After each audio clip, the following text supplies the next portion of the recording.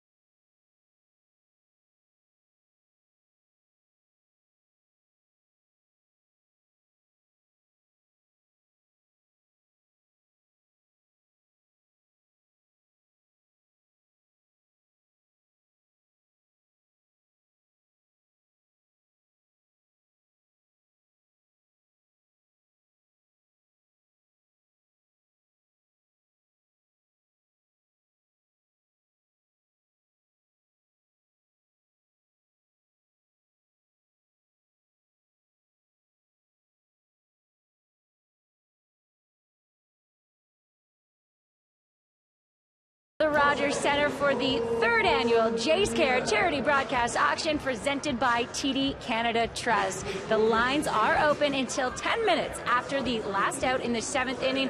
So I'll go into details about what you might want to get your credit card ready to bid on. How about the Major League memorabilia? Lots of items, including a bat used by Jose Bautista in a game.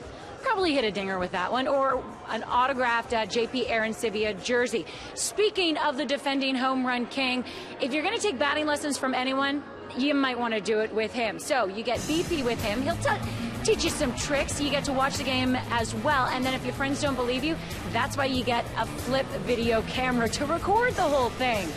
If you want to get out of town, no better place to go see a ball game than at Fenway. You get a round-trip fare to Boston. You stay in a hotel, 2 tickets to all of the games. It's happening over the July 4th weekend, also taking in a tour of the park. What about meeting the Jays upper brass? Jays president and CEO Paul Beeson and general manager Alex Anthopoulos. You also get a tour of the Blue Jays clubhouse. You get to see the game. And if that's not good enough, what about a guest appearance on Jays Connected and dinner with the Jamie Campbell and Greg Zahn? He may even let you be part of the Zontourage. What better way to take in the ball game than with 5 of your friends? That's what can happen with Let's Play Ball. You also get to have a 45-minute batting practice session. One of my favorites, though, this comes pretty closely to having dinner with Jamie Campbell and Greg Zahn. It's a steak lunch at Morton's with JP Arancibia. Wow, I wonder what stories he'll tell on that one. Plus a supply of steak for a year, a Royal King barbecue. Maybe you can invite Arancibia and the rest of the Jays over to your place, and then 2 in the action seats for the game. Another great way to spend the game at the ballpark is in the comfy green chairs, and you get food in your seat, $500 cash, and you can travel to the ballpark in style in a nice limo, of course, in the GTA. Okay, we know how long and dreary Canadian winters can get, so what about taking off to some spring training action? Go down to Florida, you get 4-night stay at the resort. You even get a round of golf. Who wouldn't like to do that? A Callaway irons, including the golf bag, and then you get to see a couple of Jay spring training games and a tour of the facility. Okay, Roy Halladay, he didn't come to Toronto last year. The Phillies, they're coming this year, and they're coming over the July 1st long weekend. So you get 2 tickets for a game of each of that series. Canada Day Blue Jays jerseys and hats, the nice bright red ones, and a stay at the new Ritz-Carlton, plus a team autographed Canada Day jersey. Okay, those are covering the big ticket items. There are 9 of those, but there's also something a little more reasonable. It's for $100. The fans gift pack. There is a limited supply, only $250 of these, 250 of them rather, so you're going to want to call right away or go online to bid. It includes an autographed game-used ball, a t-shirt, a calendar, a tumbler, and also a towel. So it is the best thing for the ultimate Jays fan, and it's only $100, and you can also make cash donations. You can do that online or call. So auction lines are open. Lovely people are standing by to take your calls. We've already got some bids for them, so we'll be checking in throughout the game. For now, I'm going to send things back to Buck and Allen. Guys? Thank you, Ivanka. Great job, and a great list of wonderful prizes to be bid on, including some nice trips and some great opportunities to be up close and personal. Meet Jose Bautista, have lunch with JP Arancibia, and you can even have lunch with Jamie Campbell and Greg Zahn. So you can support the Jays Care Foundation. There are the numbers to call all game long, right up to the 7th inning.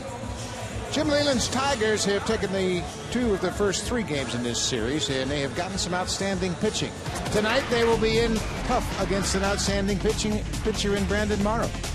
Tigers are 17-18. Austin Jackson's had a good series, 7 hits so far in this series. Ramon Santiago playing for the first time in this series. He's at second base tonight. Brennan Bosch back in the 3rd spot. Miguel Cabrera, Victor Martinez, Don Kelly starts at 3rd. Johnny Peralta's had a home run in the series, as has Alex Avila, who's back behind the plate, and Ryan Raven will bat 9th and play left against Brandon Morrow. Brandon Morrow 1-1 on the year. He's looking for his 20th Major League win against 20 losses. He comes in with, as we say, the 1-1 mark. Lifetime 1-0 in 10 outings. Only one of those as a starter against these Detroit Tigers. We are set for action here tonight at Rogers Center. It's a perfect night for baseball. Roof open for a 3rd consecutive game. Austin Jackson, the fine young center fielder, will start things off. Goes in for that first pitch and swings right through it. Jackson's had a good series. He is 7 for 13. That's a .538 clip.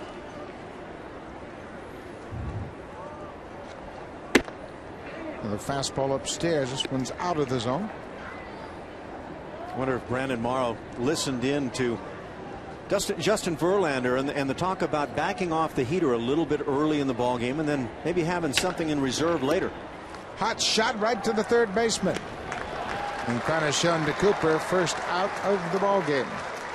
Take a look at the defense as John Farrell continues to mix and match. He doesn't have all of his players back healthy again, but Jose Bautista's in right for the first time in 6 games. Rivera, Corey Patterson in the outfield.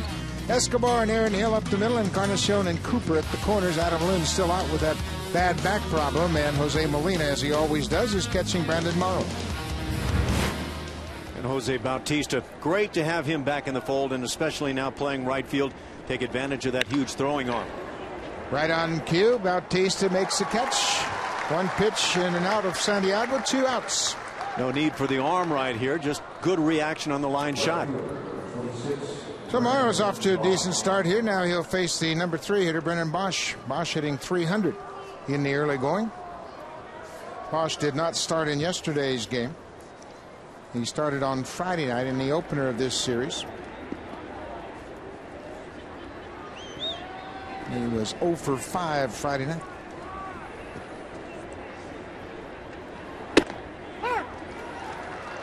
Now there's your point about taking something off. 92, but it's an effective strength. Of course, we know Brandon Morrow, when he decides to hump up, will go 96, 7, 8 pretty steadily. So he maybe has taken something from Verlander's book. 0-2. Of course, when you bring the fastball right on the hands, as we saw right there, you don't have to have every ounce of what we saw from Verlander the other night. Boy, that was just magical stuff. Should say the other day. Verlander's second no-hitter of his career. 0-2, 2 outs.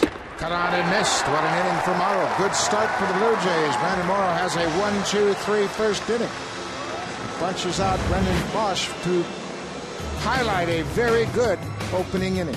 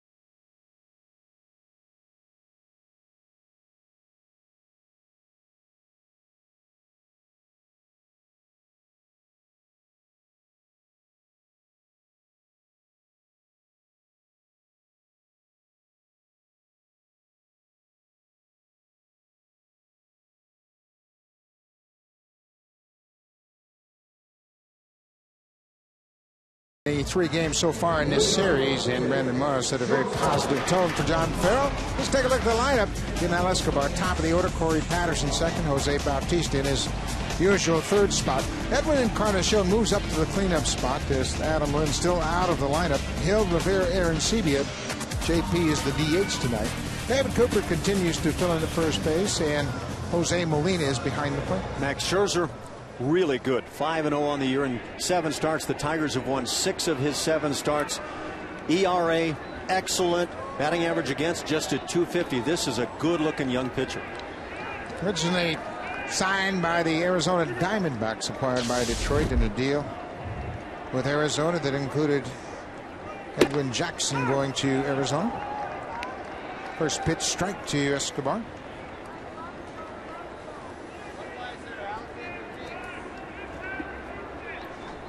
You know, Escobar 2 for 4 in yesterday's game. There's that hard slider that's a good pitch for Scherzer.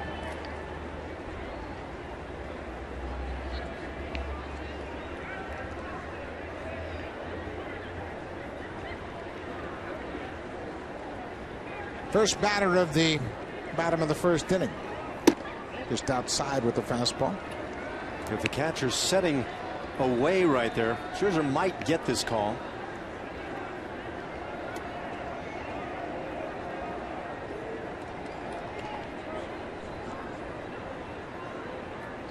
One and two to Escobar.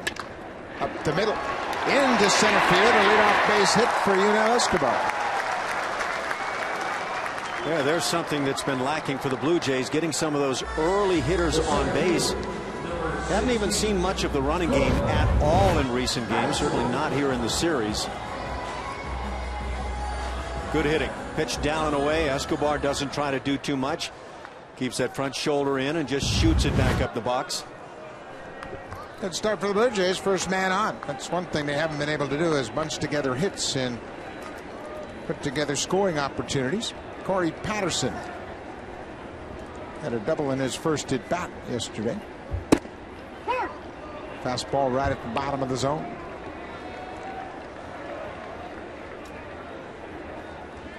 No balls and a strike to the Blue Jays center fielder. Corey Patterson has done a lot of the playing in center field with Bautista out.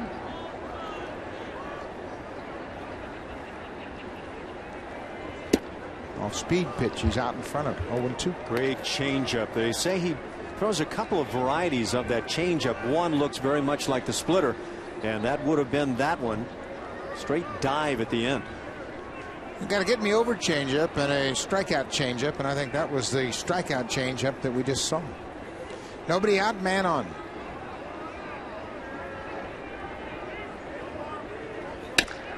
Ground ball. Don Kelly at third. Nice play. Low throw, and boy, Santiago does a heck of a job of hanging on to it to get that force out at second. Well, that becomes so difficult as a second baseman. You know the runner is bearing down on you. Santiago makes a terrific play to salvage an out for the Tigers. It was also a great play on the glove side at third base. This ball was hit sharply. But you watch this throw coming in, and you see the runner coming in at the same time. That is not easy to pull off. Well, Santiago's got great hands. He's played a lot of shortstop, but that certainly helped him out and picked up Don Kelly, saved him an error right there. Kelly made a good grab, and his throw was in the dirt. They get the lead runner now. There's one out for Jose Bautista. Bautista didn't waste any time in yesterday's game getting back into the swing of things. He homered in his second at bat, a 2-run shot.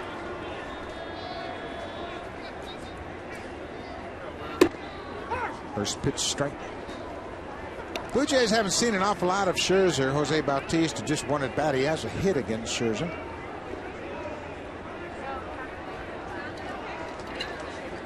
Jays only managed 6 hits and 1 run in 8 innings against Scherzer in their previous outing against him. Scherzer pretty much matching Brandon Morrow in terms of velocity here early. Morrow came up with 195-mile-an-hour heater to pick up his strikeout. Seen a lot of good pitching in this series, and Morrow is certainly capable of matching the Tigers pitch for pitch. Ball and a strike, 1 out. Patterson at first. There he goes. Bautista drills it to the gap in left field. It'll get down and all the way to the wall. Patterson stopped at second. He's being waved home by Butterfield. He stumbled around third. Here's the throw to the plate. Not in time. Return throw to third. Bautista in safely. Jose Bautista has come back swinging a hot bat. That's a double and an RBI. He went to third on the throw.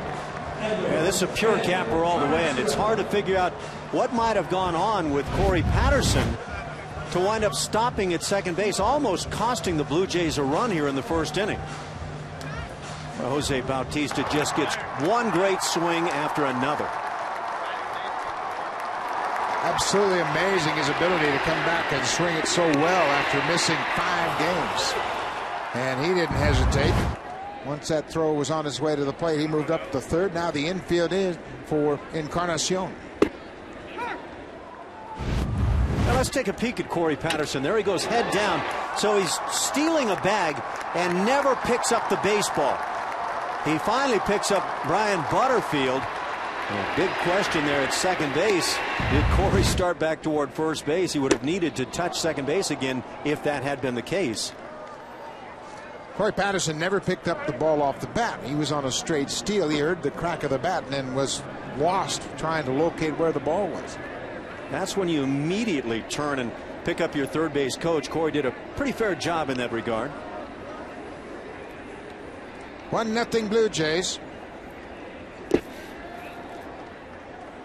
We'll get another peek at what Corey Patterson does at second. He touches the bag, goes by it, now touches it again, maybe retreating to first. Hard to say because he really never headed in one direction there. So no appeal by the Tigers, and I think rightly so. A ball and 2 strikes with 1 out.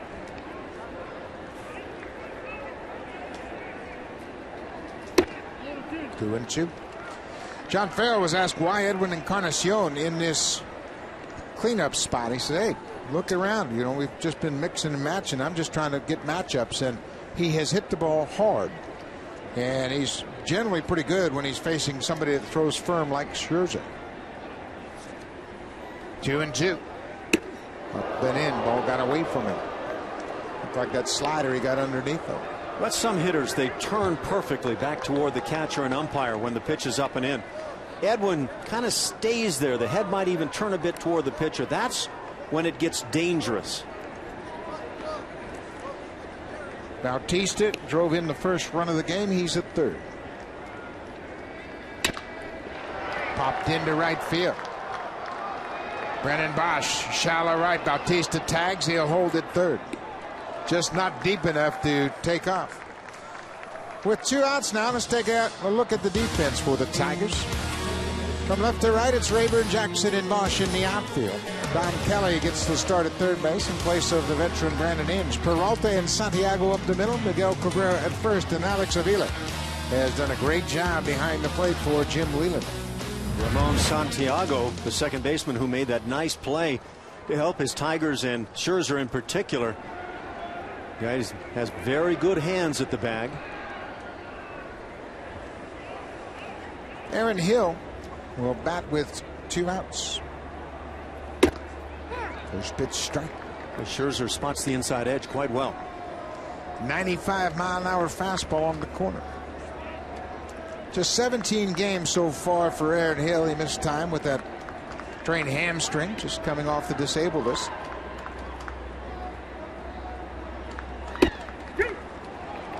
Good breaking ball. Scherzer's ahead 0-2. Always been intrigued by guys like Scherzer in the stretch. Where exactly do you determine that he has set the glove in the right hand, coming to that set that's necessary so you don't balk? You watch him on occasions, he'll kind of float here a little bit, and I guess you have to assume the stop. Pop back out of play. Louis Tiant was the best at that. He'd stop in 4 or 5 different places before he decided to come set.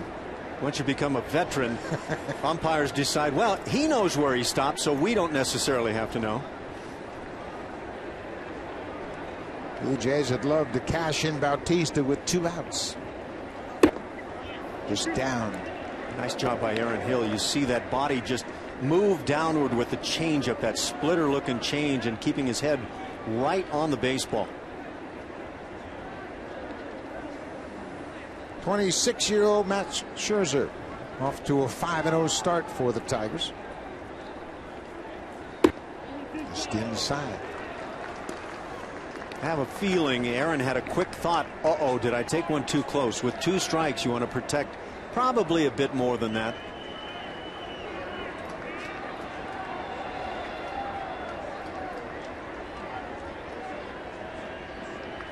Looked like Hill wanted to check with Dan Iasonia, make sure it was a 2-2 count. 2 outs, first inning. Blue Jays have jumped out in front.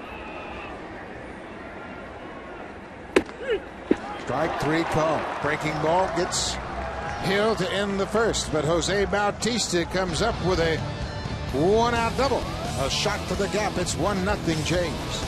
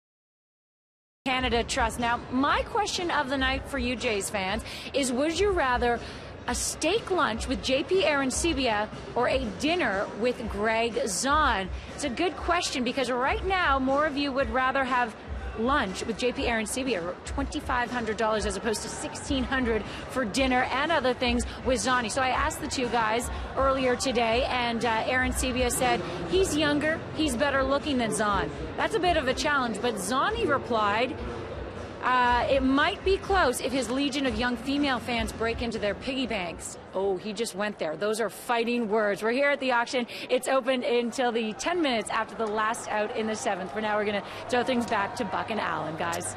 Ivanka, it sounds like the gauntlet has been thrown down, and now bragging rights at stake. Who is going to pay the most money, and who will be the catcher to spend the meal with the most money? So bid on the two catchers.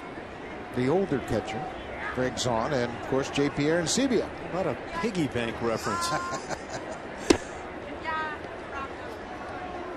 Miguel Cabrera starts things off against Brandon Morrow.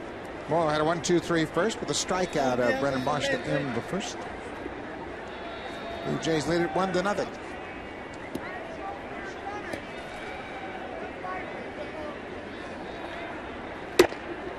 Well, that's a good hard cutter right down in the great spot, down and away. Don't see many bad swings from Cabrera, but watch one right here. Just kind of flips at it. He knew he'd been had.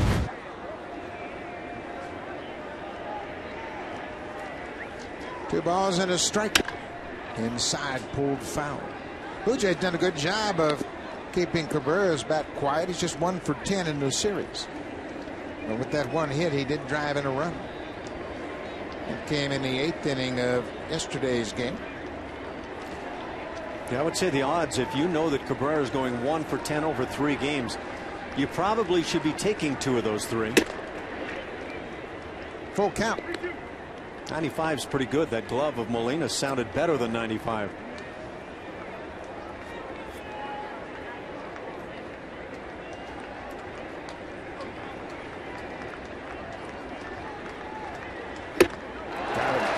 Came back with that slider and gets the second strikeout of the night. Now it's time for the scouting report. It's brought to you by Home Hardware. Homeowners helping homeowners. Brandon Morrow is a Tiger tamer. Lifetime 16 innings and just 9 hits from the Tigers' bats, a 167 mark. He does like pitching in the dome. Yes, he does. Last 13 home starts, he's 8-1, 2.27 the ERA, and he is a punch-out king as well. Tops the American League starters with about 11 3/4 strikeouts per 9 innings, about 2.5 better than the next best in the league. Victor Martinez will stand in against Brandon Morrow. First pitch curveball for a strike. Boy, Martinez has always been tough on the Blue Jays. He's hit .309 over his career. 60 games. He's hit 8 home runs and driven in 47. It's jammed on this one and pops it over toward the Blue Jays dugout. Molina gives chase, makes the catch. 2 quick outs here in the second.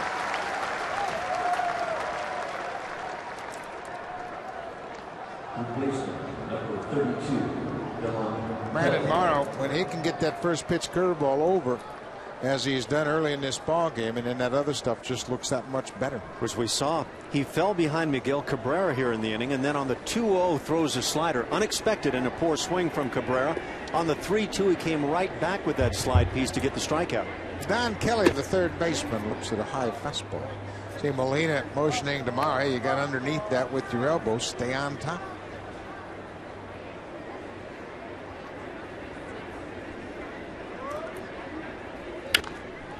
Pop back over the dugout.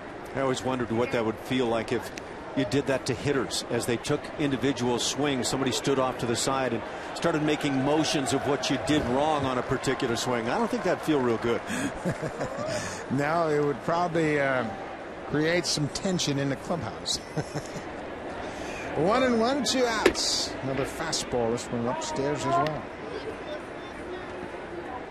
Having Max Patkin maybe miming everything you're doing. Of course, a lot of the folks don't know Max Patkin, but the clown prince of the game for many years. A good fastball there, but And Sonia felt it was up, maybe in a little bit. 3-1 with 2 outs.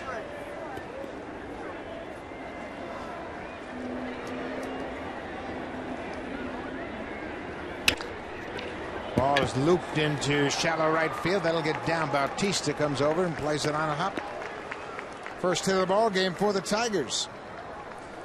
Well, I was holding out for 2 no-hitters here in the series. We're going to have to settle for the 1, and Brandon Morrow maybe just blow through the Tigers, but tries to work that fastball in on the hands, and getting just enough is Don Kelly. Sometimes just enough is better than ringing it out at an outfielder.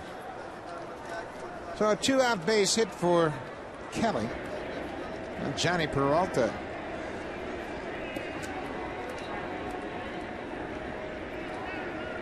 Peralta's had a good series. It was a high breaking ball right at the top of the zone. Peralta's gone 6 for 13 in the series, and he's hit a home run.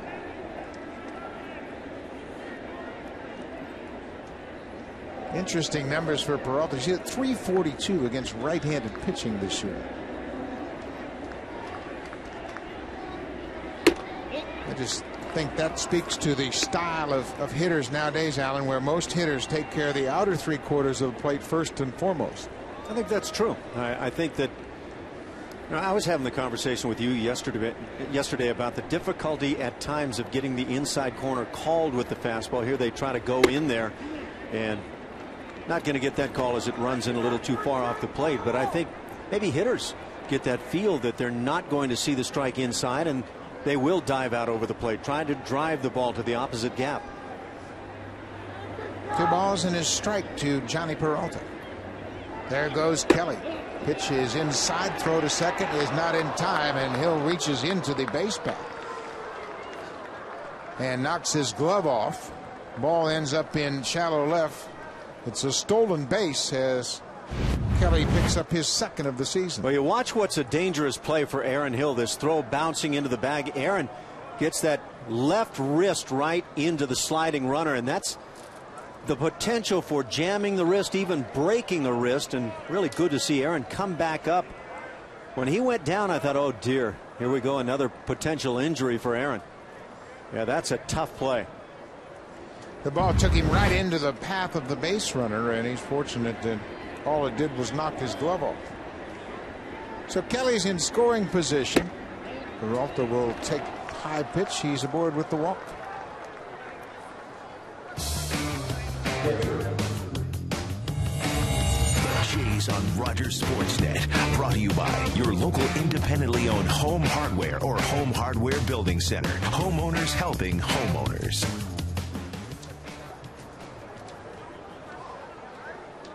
The young catcher Alex Avila will bat now with 2 on and 2 outs. Avila just 1 hit in the series, but it was a home run. Game against Ricky Romero on Saturday. A 2-run homer to right.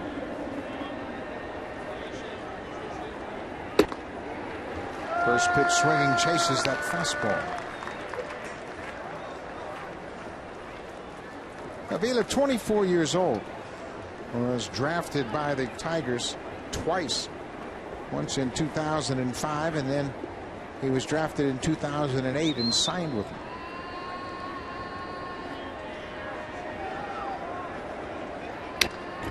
Oh, 2. I guess they drafted it twice because his father was in the front office of the Tigers. Al Avila is the assistant GM, vice president of the Blue Jays, but obviously you can see by his numbers and what he's done that there's a lot more to do than just having his dad in the front office. He's a pretty good player.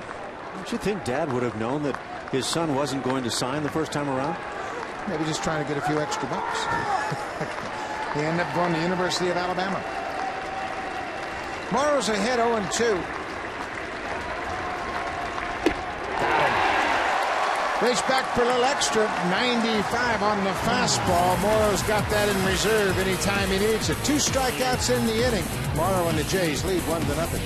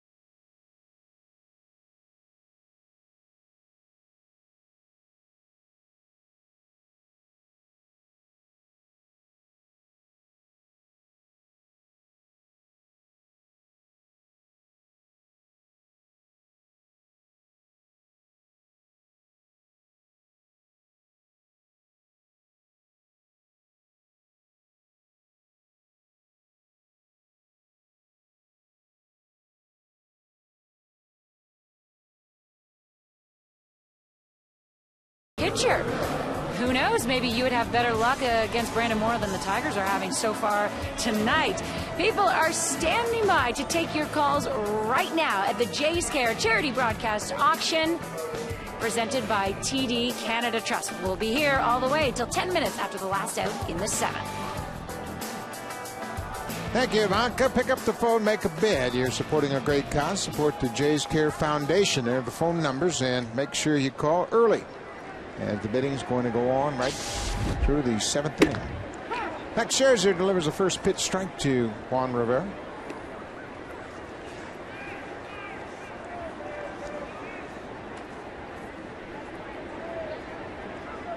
Well, you mentioned that first pitch strike, and Scherzer likes to bring the first pitch strike, no question about it, as the pitch gets right on the hands of Rivera and then right to the foot. But on the first pitch, with Scherzer trying to throw a lot of fastballs for that early strike, he's allowed a .471 batting average on that first pitch this year. Boy, that hurts even with the shin guard. Try it. It's amazing how they have such small little shin guards. It's a well-placed guard, isn't it? Obviously, it wasn't placed in the right spot. Scherzer ahead 0-2. Elevated that fastball. He's got a piece of it to stay alive. Juan Rivera got off to a bad start. He's got his average up to 224, and you can see the bat's a little quicker here now as we're in the second week of May.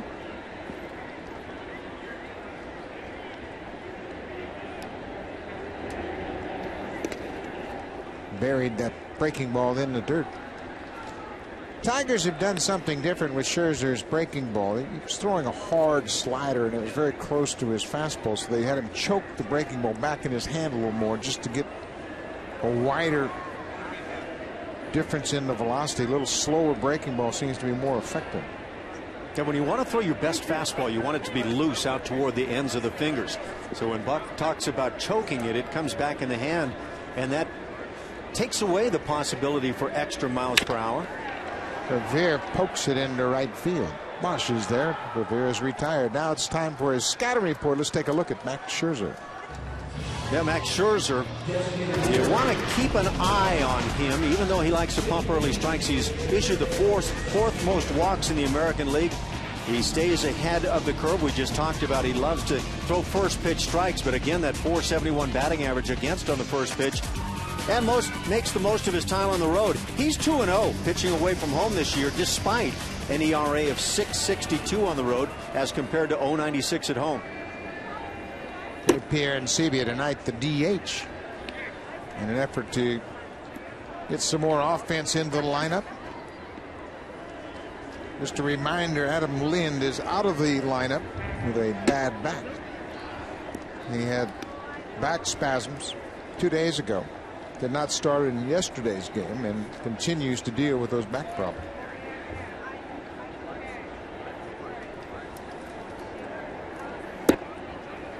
You mentioned Scherzer's record on the road. He's won 2 games. He had a no decision as well. But boy, he's been hit hard.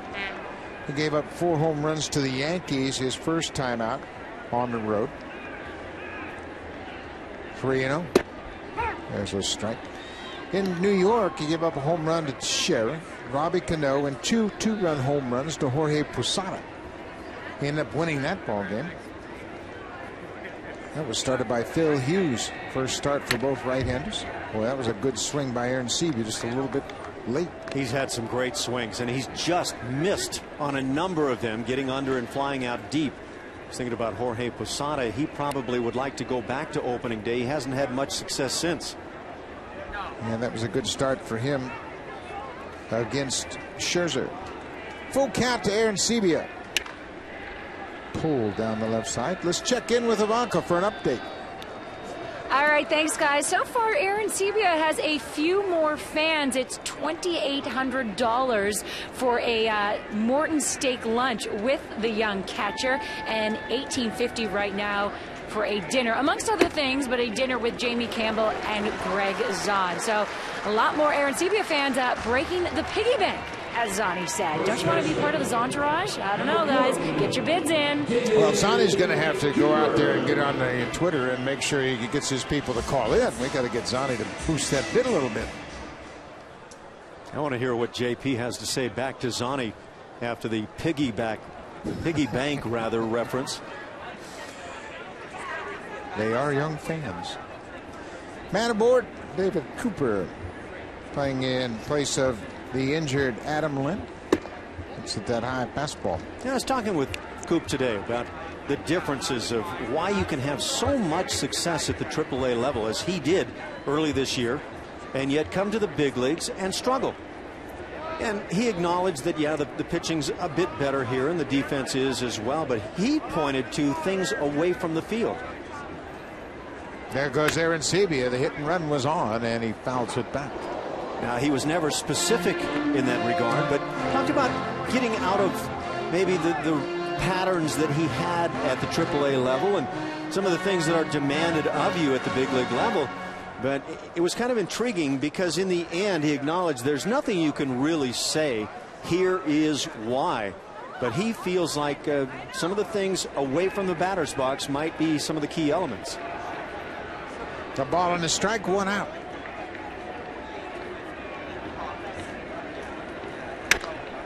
Pops this one up. Looked like a changeup. He was out on that front foot. Santiago waits at second.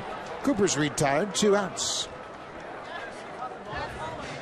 Boy, Scherzer's got that good changeup. What a compliment it is to have an off-speed pitch that's so effective, and 2 of them with the changeups, and then factor in a 95-mile-an-hour fastball. Yeah, I think you really have to talk about that big-time heater to go with it, because once you have that pitch, hitters are always aware of the fastball. For me, I never was able to think away from fastball when a guy had the big heater, mid-90s or plus. Jose Molina in the 9th spot, looks at a fastball inside. Many years ago, a guy by the name of Mario Soto, right-hander with the Cincinnati Reds. Great stuff. 2 pitches, fastball, mid-90s, and a changeup. And that change, he would have his arm, I think he threw harder on it than he did on the fastball. Ball and a strike to Molina. And he would leave you in between as much as any pitcher I ever saw. Just the combination fastball changeup. In between, as in? Where you're not quite there with the fastball, you're a bit late, and with the changeup, you're waving in front. Absolutely in between. Molina's late on another fastball at 93. Mario Soto a little bit ahead of Pedro Martinez, but a lot of people compared their changeups. Yes. Very similar style of changeups, and Martinez had a great changeup as well. To any kid learning to pitch and wants to learn a changeup, get a grip that's deep in the hand somehow, and then throw the ball as hard as you can so that hand really whips through. Max Scherzer reaches back for a little extra. 94 on the fastball, does the trick against Molina. He strands a base runner here. Blue Jays have a 1-0 lead.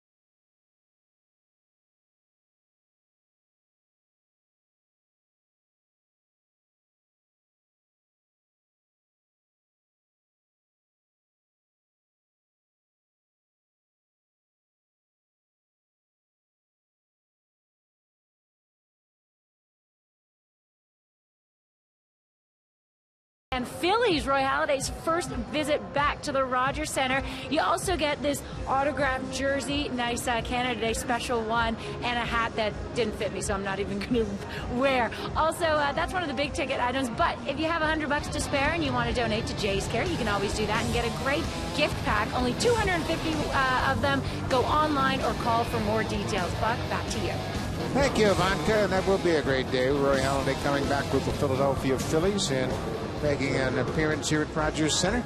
Support the Jays Care Foundation. Phone in to bid. There are the numbers. You can see the 877 number and the Toronto number as well. So make sure you call in and make a bid on those fine baseball packages. Chance to go to spring training and see the Blue Jays next March. And a trip to Fenway Park. Can't beat that. A chance to say hello to some of the Blue Jays there in Boston as well. Third inning. Brian Rayburn, the number 9 batter. So the first pitch. Rayburn had a couple of hits in yesterday's game. 33 games this season for the left fielder. Pulled that ball way outside. 2-0.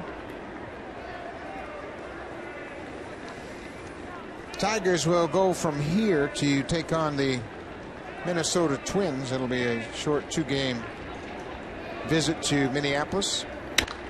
Ball is hit high into center field. Plenty of room for Corey Patterson over to his left. Rayburn's retired.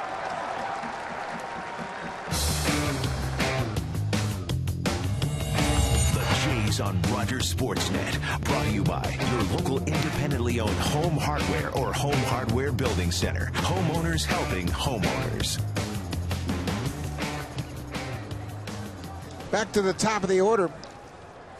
Perfect night here at Rogers Center. Roof is wide open. And there is not a breath of breeze. It is perfect. Very comfortable. Austin Jackson grounded to third his first time up. He's had a good series.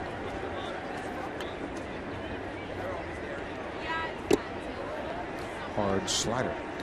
Morrow still hasn't gotten into that real fluid rhythm we've seen the last couple of starts from him. Not bringing that same heater to this point. I have a feeling come about the 4th, 5th, 6th inning, we'll see a little more on the heat side. I always talk about batters and their rhythm and their timing. Pitchers have the same kind of battles. Seen Brandon Morrow high with a number of the sliders this evening. Even this one, which is a strike, a bit up in the strike zone. Morrow's one of those rare cats that can make a mistake with a hard slider and get away with it because it's so hard and the spin is so tight. And again, because as a hitter you have to be keenly aware of the fastball.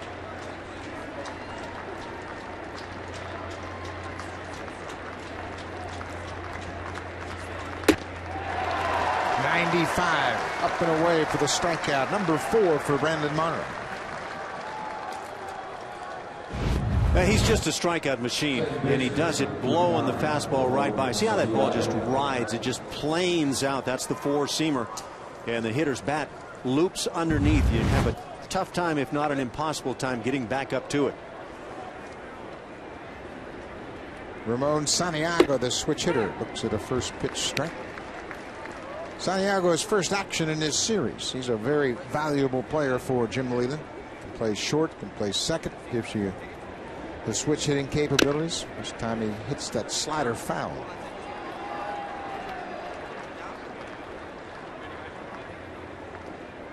Tigers have a very versatile bench. They have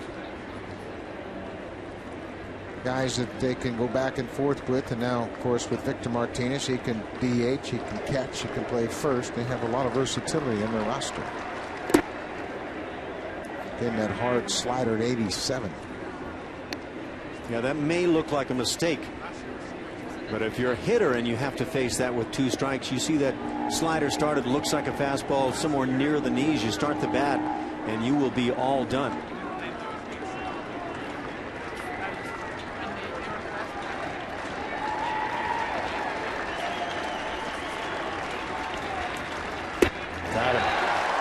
Right down in that same area, hard slider. Santiago had to start his bat, couldn't lay off when he saw it low. Morrow has 2 strikeouts in the inning and 5 for the night. Blue Jays lead 1-0.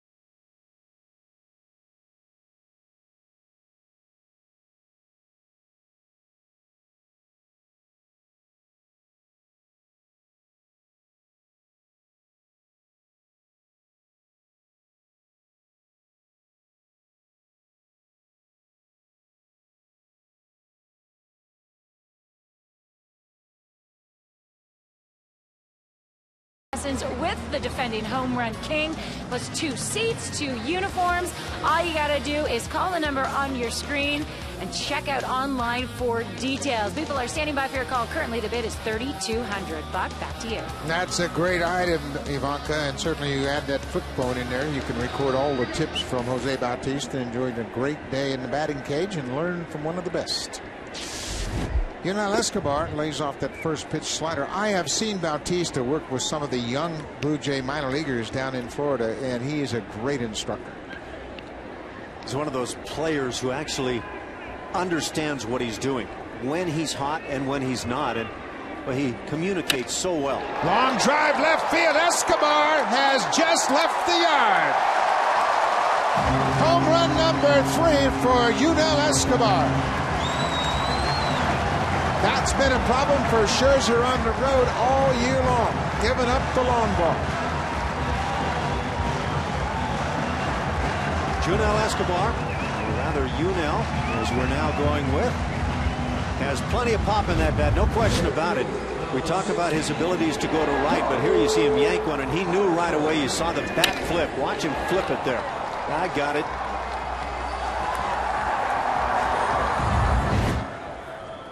Well, that's a good sign. The extra base hits have been tough to come by for Escobar of late. He's got 2 hits tonight.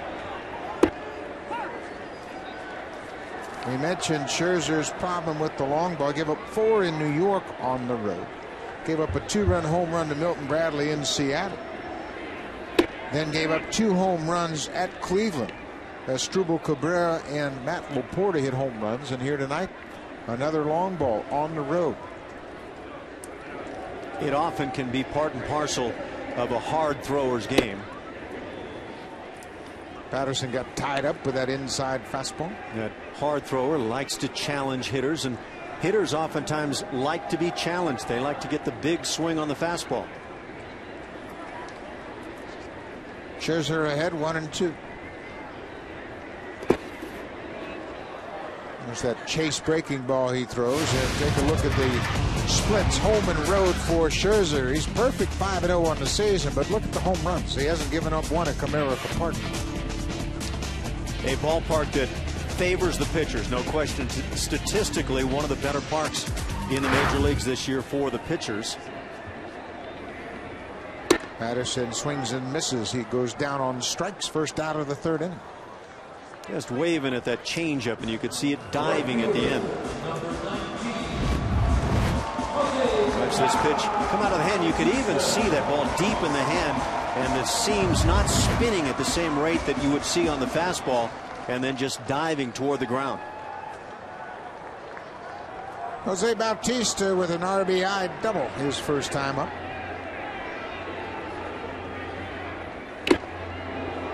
Faced that high fastball. A little upset at himself. That's one thing we don't see a lot of from Jose Bautista, is swinging at balls. He's pretty good at pitch recognition. Take, for example, there's a slider that has to, for a hitter, look like it's starting in the strike zone. You've just swung at the high heat, and yet you lay off of this tough pitch. It's just amazing what Jose does. It's under this one, and that'll reach the seats and be out of play. The Blue Jays, we heard John Farrell talk about it before the game. They've had to mix and match their lineup. This is the 31st different lineup in this, the 35th game. He just hasn't had a healthy roster to put that regular lineup in there every single night. Jam shot into left field. This is trouble. Base hit for Bautista. Lands in front of Raybert. You got to play deep to respect his power. He got jammed, fought it off, and hit it into shallow left field. Yeah, when you're a pitcher and you make a pitch like this, that fastball running right in on the hand, you figure you've done your job. But a guy like Bautista has a way of making your job look rather bad. 2 for 2 for the right fielder.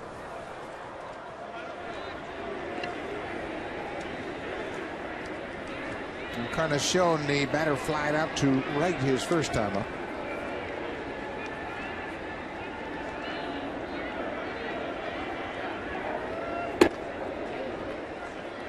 You see the lineup there for John Farrell, and he's had to mix and match, and oftentimes he gets asked every day, well, how come Encarnacion in the cleanup spot today? Well, why is Rivera hitting in the cleanup spot? But he's had to mix and match. He has no choice. Lynn's not available today. Pretty nice script there as well.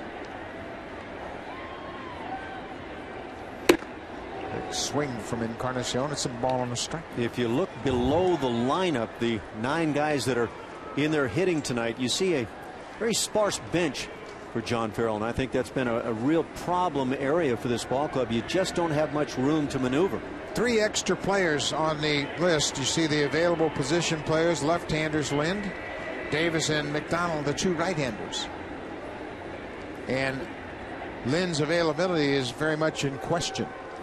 And John Farrell was asking about the possibility of disabling Adam Lind, and he says we're going to have to find out in a hurry. We can't go much longer with a dramatically short bench.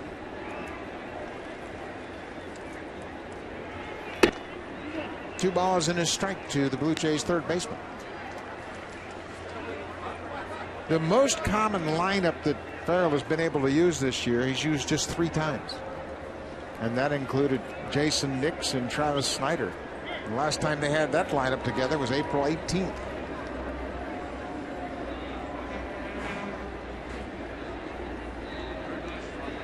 John Farrell says you just deal with the healthy bodies you have.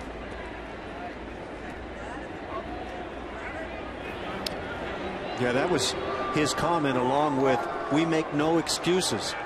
And he does it when posed all the questions about the injuries and the way the lineup looks on a given day. He just says, look, we're going to do the best we can with what we have available to us, and no excuses will be coming out of anybody's mouths.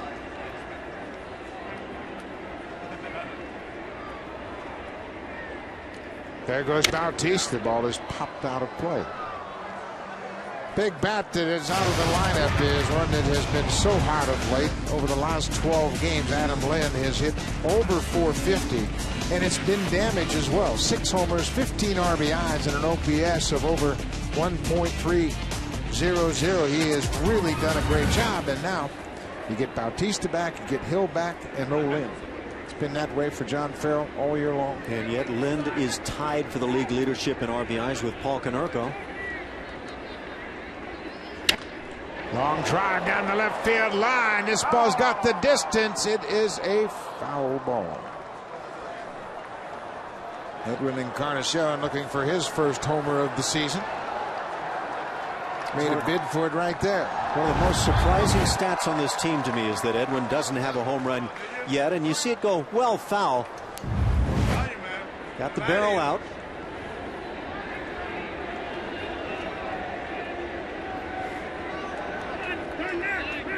hear players talk about that with hitting coaches all the time. Get the barrel out. What that means is get it out in front where you have extension with both arms at impact, and that's where you get your best power. Wayne Murphy trying to encourage his hitters of late to hit strikes. Been a lot of chase in at bats. Ball is popped up. Santiago, the second baseman. 2 outs. We've seen a lot of that over the last 10 days. A lot of pop-ups from the Blue Jay hitters, and Farrell was asked about that as well this afternoon. He said that generally comes when hitters are trying to do too much. Now this one came with a slider in the strike zone, and so there's really nothing you can say to Edwin. Took a good swing, but when you're swinging at fastballs up around the shoulders, even higher than that, and popping up, you're making a very serious tactical error. Aaron Hill was caught looking at a Scherzer breaking ball his first time up. Where there's such a fine line between squaring a ball up on the barrel and popping it up. Just a fraction of an inch, a little bit lower, and it's a bullet to the outfield, and if not, popped up on the infield.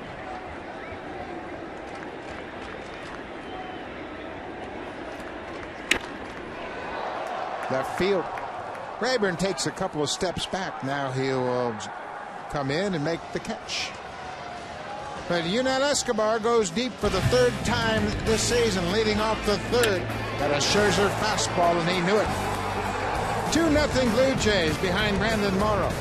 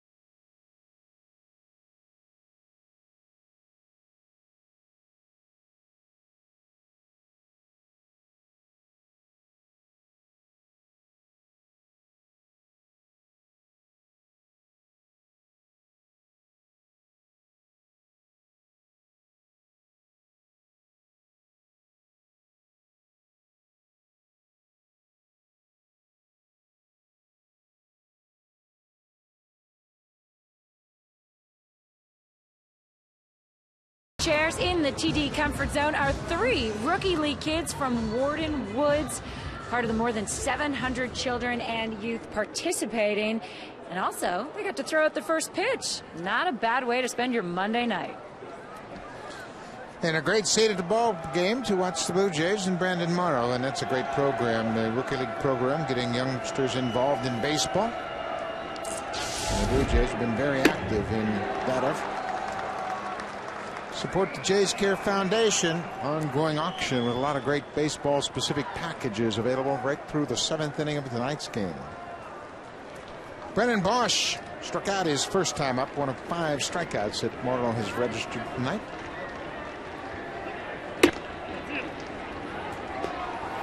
Not oftentimes we hear the phrase, you better get them early, when you're talking about guys like Verlander and Morrow. Why do you think that's the case? Well, we saw with Verlander the other day that the numbers were not all that impressive in terms of what we saw later in the game in terms of the fastball.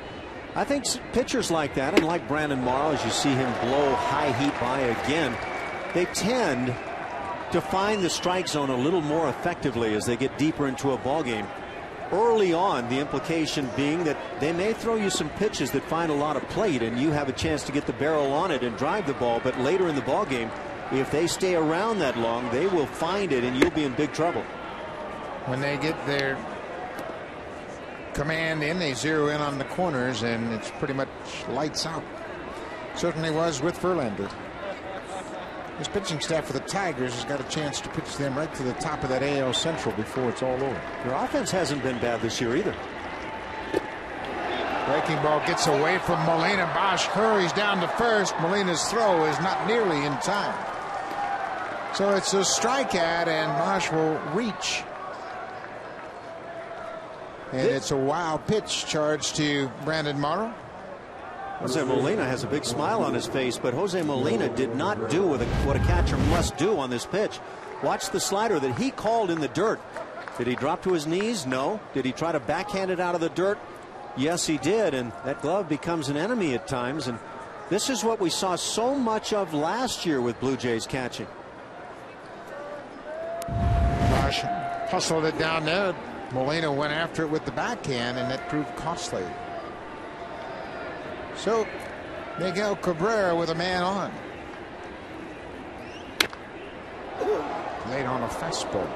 Well, you're right. And the catchers, they know what they're calling, and the only place that you're going to get beat is down to the right on a hard breaking ball. So you anticipate going to your knees and squaring it up, especially with two strikes. We talked about yesterday how difficult it is to try as a catcher to block a fastball. You try it any way you can to flag it down. But when you call a breaking ball off-speed pitch, you know you're diving to your knees when you see that pitch headed toward the dirt. Ball and a strike to Cabrera. Especially when there is either a man on base situation or two strikes on a hitter. It is part of what you must do as a catcher. Be interesting to see how Molina attacks Cabrera. They struck him out with a cutter down and away. His first time up. Tried to go down and away with a fastball.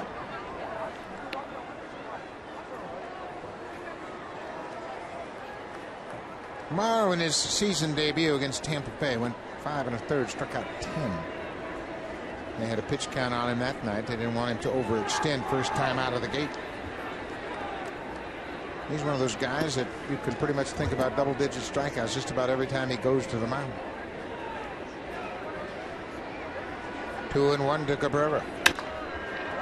Pop down the right side. Bautista giving chase. And he won't get there. It's into the seats. Jose Bautista knows no other way. It's all out all the time. I just think he's the ideal leader on a ball club. Number one, as good a talent as you'll find anywhere. Again, for me, the best player in the game currently. And the best example as the best player in the game. There aren't an awful lot of leaders around baseball. I don't think every team has a true leader. You can bring pom-poms to the ballpark. That doesn't mean a thing unless you live it. 2-2. But it takes a guy to play every day, first of all. Yes, it does. And you have to be an impact player. And you have to play it the right way. Jose Bautista leads by example. But he also is there for everybody. You can see him. Hey, he's going to throw him a breaking ball now. So go over into the pull side of the diamond with Cabrera. Talk about a guy who has to play every day. A pitcher, a great pitcher, maybe the game's best pitcher in Roy Halladay, would have an awfully tough time being a team leader because he's only out there one every 5 days. You need one of those position players that guts it out, plays every time it's at all possible, and then leads by example on the field, as well as having all the tools to get the job done. Full count. Brandon appears to be laboring a little bit right now. Some pitches missing badly high. I just think he really hasn't been in sync with his delivery consistently. And he's searching for it a little bit. He still has 6 strikeouts, testimony to just how good his stuff is. Full count. Keep an eye on Bosch at first. Not running. Walked him. Missed the outside corner. Let's check in with Ivanka Osmat for an update on the auction. All right, thanks, guys. There's one item behind the ball game, and if you have a question for Alex Anthopoulos, this is exactly the item that you want to bid on. Currently is at $2,000. You get a chance to meet Anthopoulos and also Beeston. Guest appearance on Jays Connected and dinner with Jamie Campbell and Greg Zahn. So call the number on your screen and go online for details, guys. Just getting a chance to meet Paul Beeston's worth more than $2,000. Come on, folks. Got to call in. That's a great package to be able to sit down and talk baseball with Alex Anthopoulos. First and second, nobody out. Tigers threatening here. Victor Martinez popped up to the catcher his first time up, and we had mentioned earlier just how tough Martinez has been over the years against the Blue Jays. He was 1 for 4 in yesterday's game, but that one hit was an RBI double.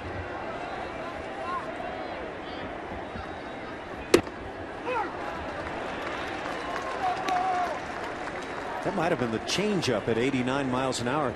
Brandon has thrown a number of those in previous games. It also could be the two-seamer, but he doesn't take a whole lot off on his changeup.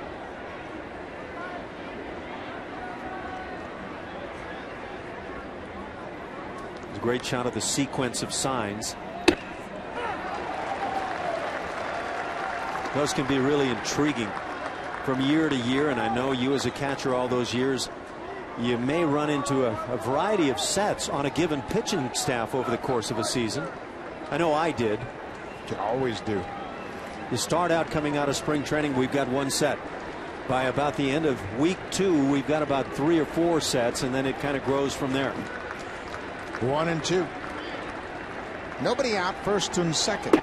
Just missed the outside. I had a pitcher in Kansas City. You remember Paul Splittorff? Yes.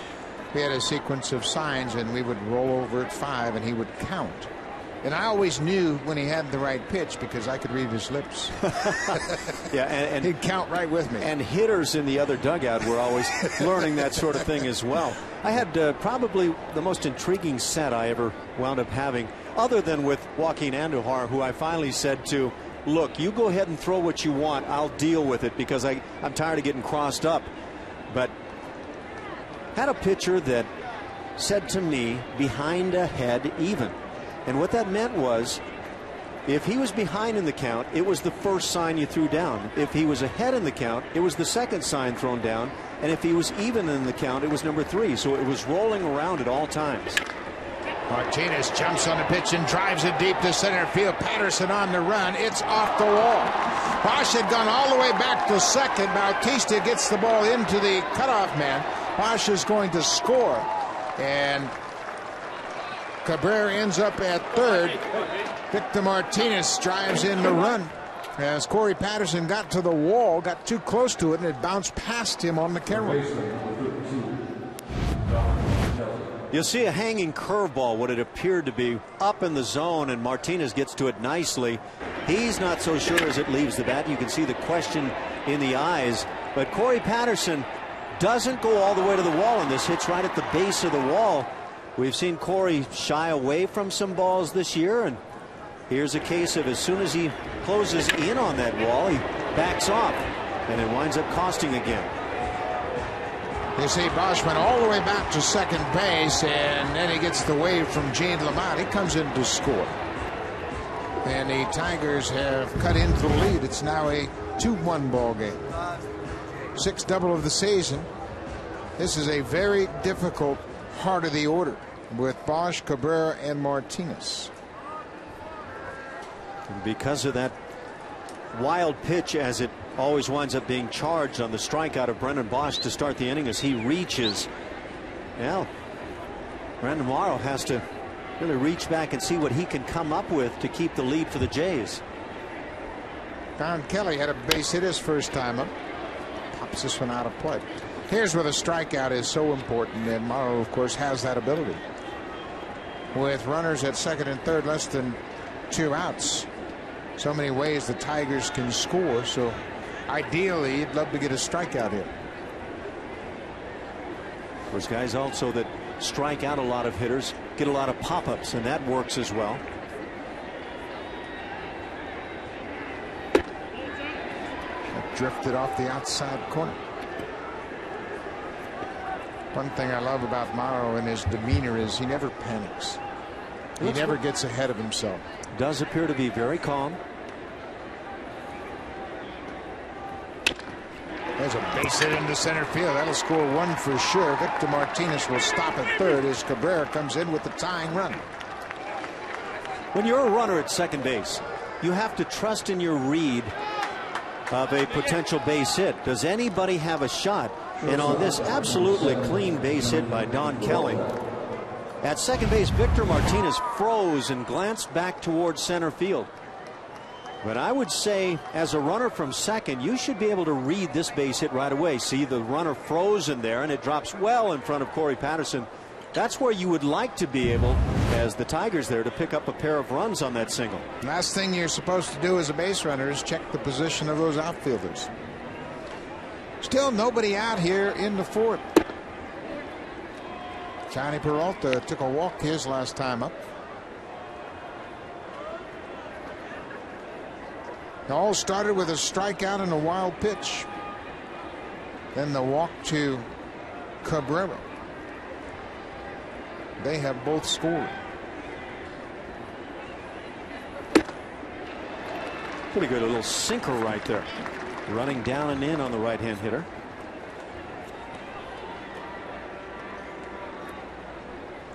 Tigers have tied it up here with 2 in the fourth. Blue Jays got a run in the first and a run in the third.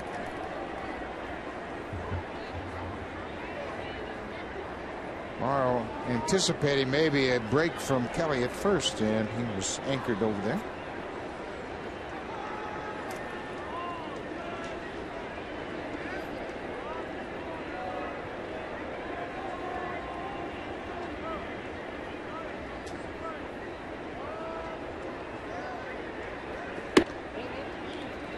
Two balls and a strike. The bullpen will begin to work.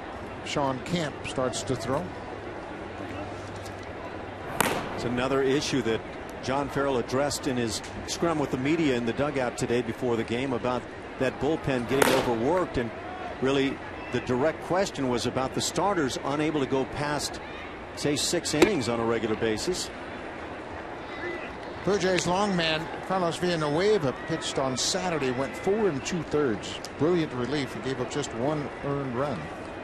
But he is unavailable tonight, and you can see Farrell looking back into his matchup sheet, trying to figure out what his next move might be should Morrow need some help.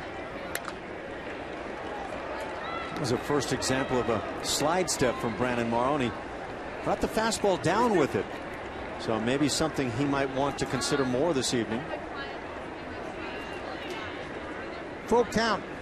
Still nobody out here in the fourth. 2 runs are in. Martinez at third, Don Kelly at first.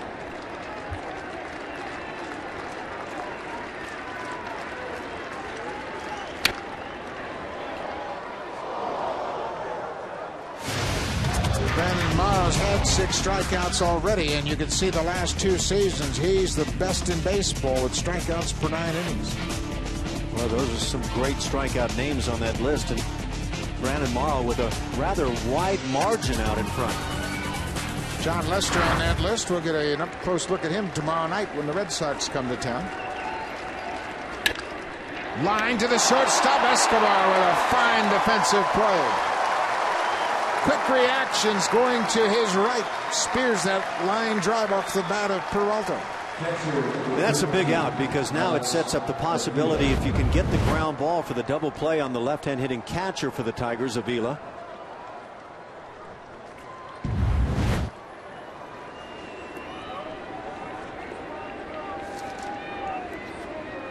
Alex Avila struck out his first time up. That ended the second inning. Lloyd Morrow would love to get a ground ball here.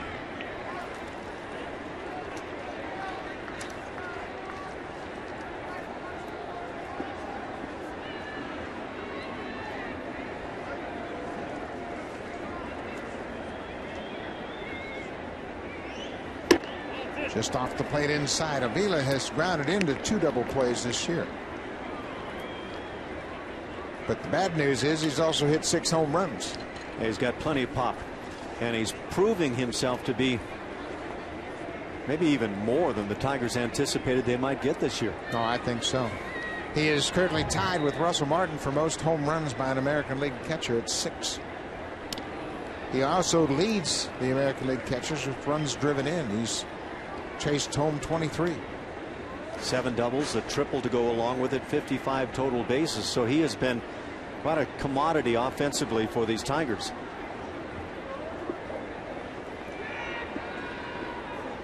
Two ball game, top of the 4th inning.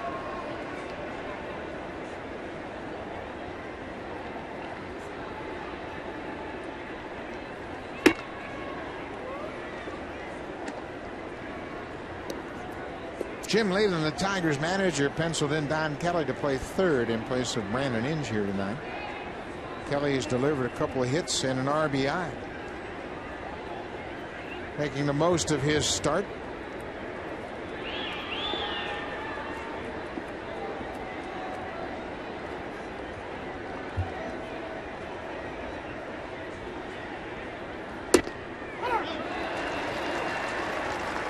Two and one. Ball continues to maintain a very even keel, just trying to pitch his way out of this 4th inning.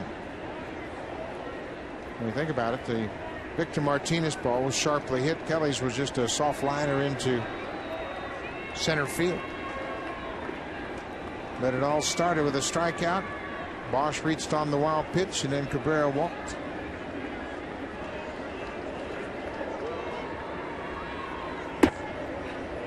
Three and one. Just a lot of these pitches from Brandon this evening, and really not seeing all the velocity right now. You have to wonder what's going on for Brandon Morrow. Doesn't look like he's ailing with anything, but at the same time, not his best stuff, and certainly not his best location.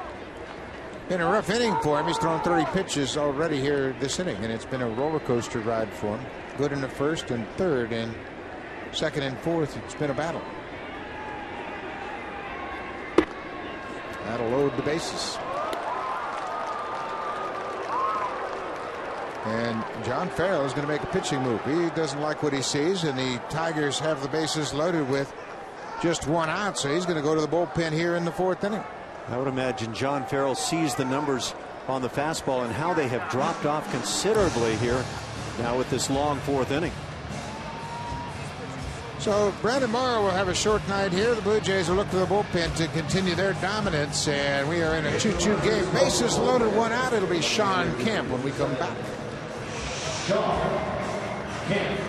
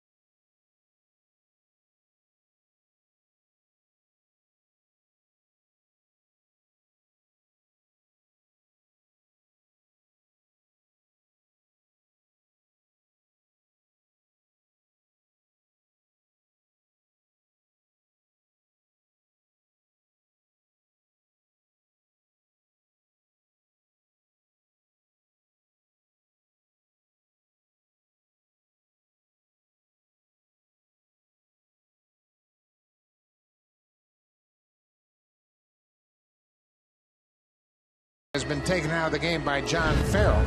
He had a couple of walks in the inning, and you can see Morrow kind of surprised when Farrell takes the ball and then looks back at the scoreboard. A little bit disappointed to leave so early in this ball game, but you look at the inning, strikeout that got away from Molina, then a walk, a double, single, line drive to the shortstop, and then finally the walk was the signal for John Farrell, and he's gone to the bullpen again early in this game. Sure got the impression that Brandon Morrow felt that he was entitled to a little bit longer rope.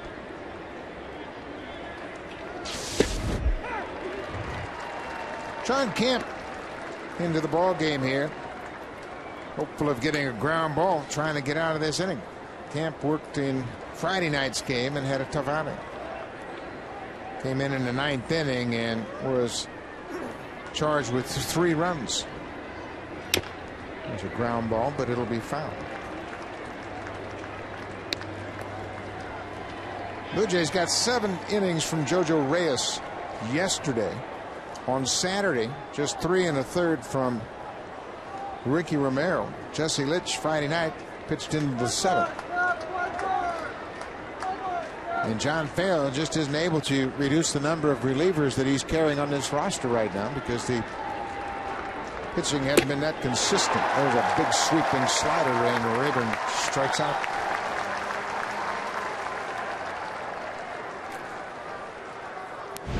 John Kemp, because he drops down a bit, slings this slider, and it winds up being a big side-to-side breaker, and Ryan Rayburn just can't lay off. 2 outs now. Back to the top of the order. Austin Jackson had a hit against Kemp in Friday night's game. There's another slider, not such a big one, but it's a strike. The bases are loaded. Victor Martinez at third base, Don Kelly at second, and Alex Avila is at first. 2 runs in, it's a 2-2 ball game.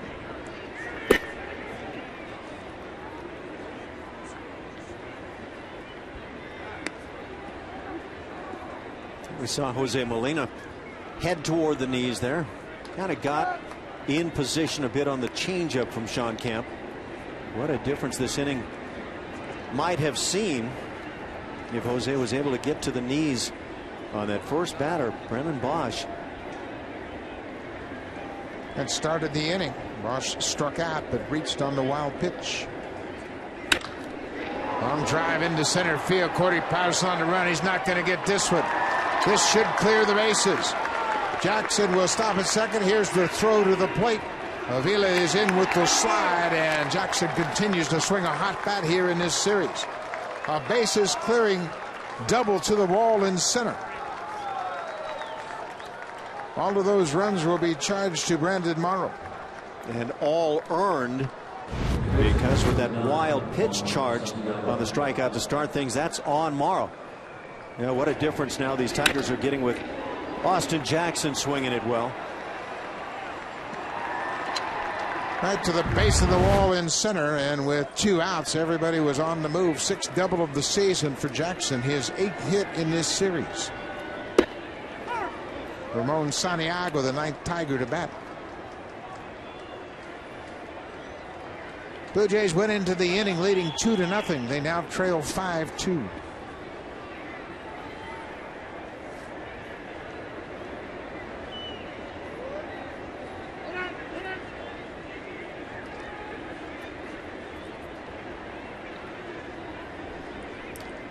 Now that one swing has completely changed the complexion of this game.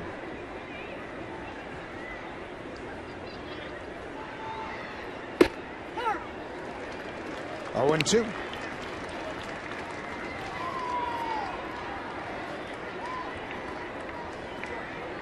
When you can offensively get that one big swing like Jackson provided tonight from one guy or another, you have a chance of winning a lot of games.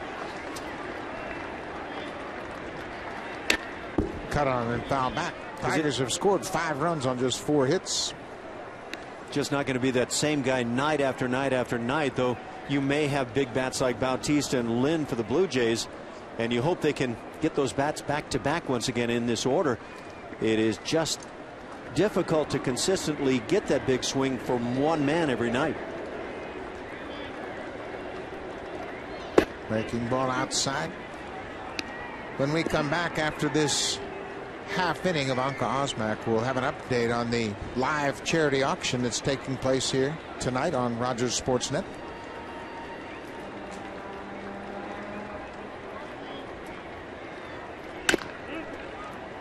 That's a foul ball down the right field line. Brandon Morrow's line now complete, and it's another short outing for Blue Jays starter. Just 3 1/3. He allowed only 3 hits, 5 earned runs. He walked 3 batters and struck out 6. Just never really got into that smooth rhythm and delivery we have seen early this season.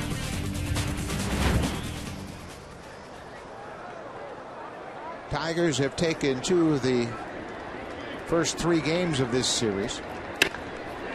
Base hit down the left field line. That'll bring home Jackson. It'll go all the way up against the wall. Santiago headed for second, and he'll stand up with a double. 6-2 Tigers. Yeah, Brandon Morrow certainly not feeling good about things. These Tigers offensively doing a fine job. What a beautiful piece of hitting by Ramon Santiago, staying on that backdoor slider as long as you can, and then just quickly shooting the hands through. That easily scores the run.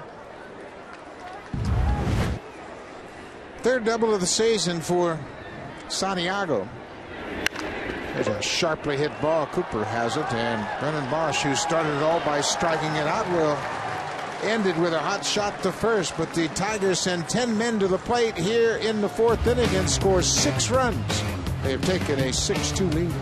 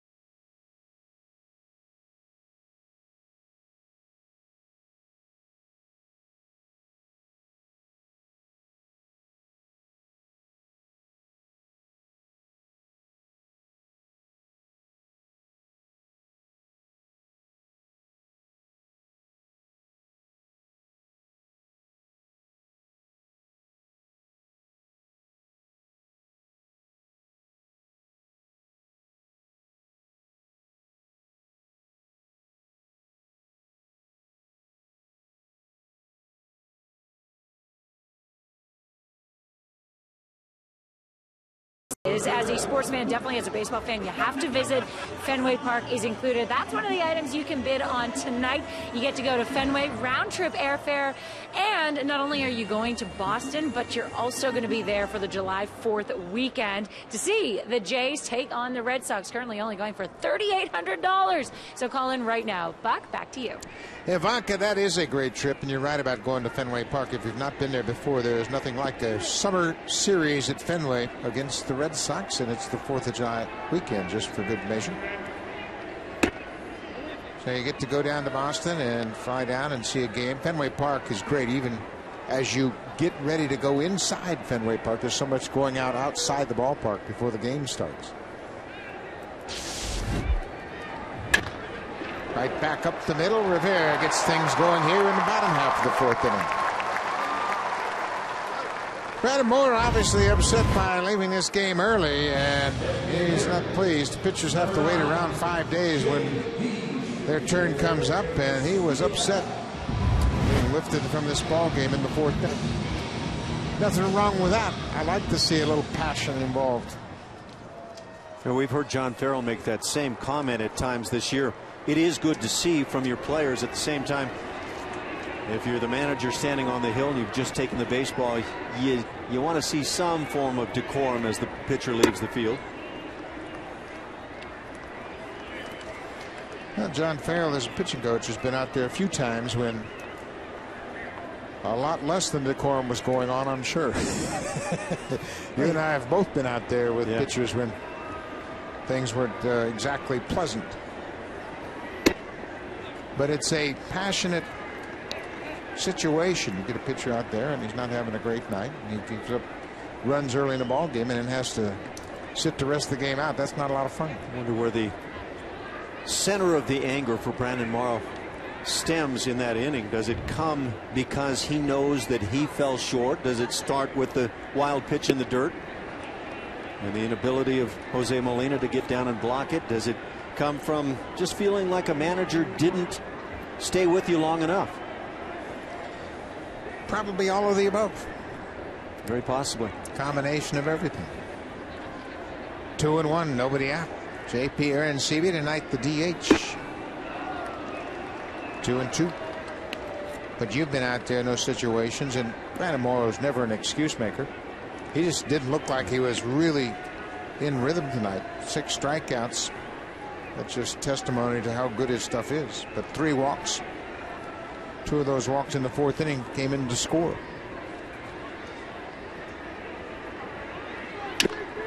Hit on the ground, hole it short. Kelly gets it at second, and the throw is late at first base. And Arencibia might have beat it out. There's 1 out here in the 4th. Let's check in with Ivanka Osma. Jays fans, where is the love for JP Arencibia? A private steak lunch at Morton's, plus, not to mention, a barbecue to boot with the catcher is still at $2,800. A dinner with Zahn, that's catching up. Zontourage giving love to him. That's going for $2,100. Greg Zahn might have made a bid himself. You know, you might have something there. Steaks for a full year go along with the JP Arencibia package. David Cooper cuts on the first pitch. There was 1 out. Rivera was erased with the force out at second. I can just hear Zani now saying, "We'll throw in steaks for a full year on my package and let's see what happens."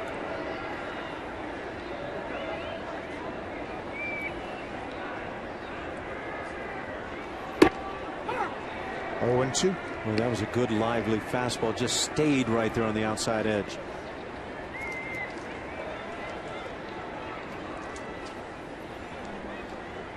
Tigers have taken a 6-2 lead. Bounced off Scherzer. He turned his back on it, hits him, and he's able to stay with it and make the play on Cooper. Well, you talk about not being in a very good fielding position. That's about as bad as it gets. If you go back to the single by Rivera to start the inning, it was the same reaction. Watch him turn away from this ground ball. I don't want to get hit by this thing. And he had no choice. But kind of that same reaction on the ground ball that Rivera saw go over the mound in the center field. Well, that's not the way you teach it in PFP, the pitcher's fielding practice. Look at that head. He never sees that ball as it goes into the hitting zone. I mean, he violently pulls his head off line, kind of like Hideki Okajima of the Red Sox. Just thinking that same thing. Okajima, however, appears to have the head and eyes leave the strike zone before the delivery. There you see it. That's not seeing where your pitch wound up. No, he has no idea where that ball is, and it just kind of lucks out as it catches him in the rib cage. He's able to retire Cooper. Yeah, he might ask for a definition of lucks out.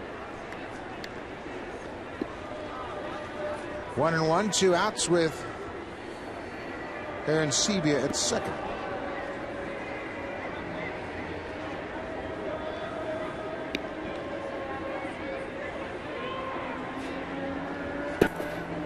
Down and away. Well, you can sure see that head just leaving, that ability to see home plate after the delivery. That's throwing the heart, soul, and body and head right into every pitch. Got to be a little bit of a distraction for hitters. Yeah, I always thought Okajima, the way he'd throw the head toward the ground before delivering the pitch, was a very strong distraction.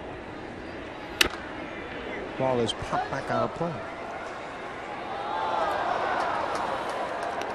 Gaylord Perry's brother, Jim Perry, had a similar kind of distractive move with his glove. He would kind of come at you with his glove before he would lead with his throwing arm, and that was a little bit of a distraction for the timing. When I first came to the big leagues with the Indians, both Jim Perry and Gaylord Perry were on that pitching staff. In fact, Jim might have arrived the following season.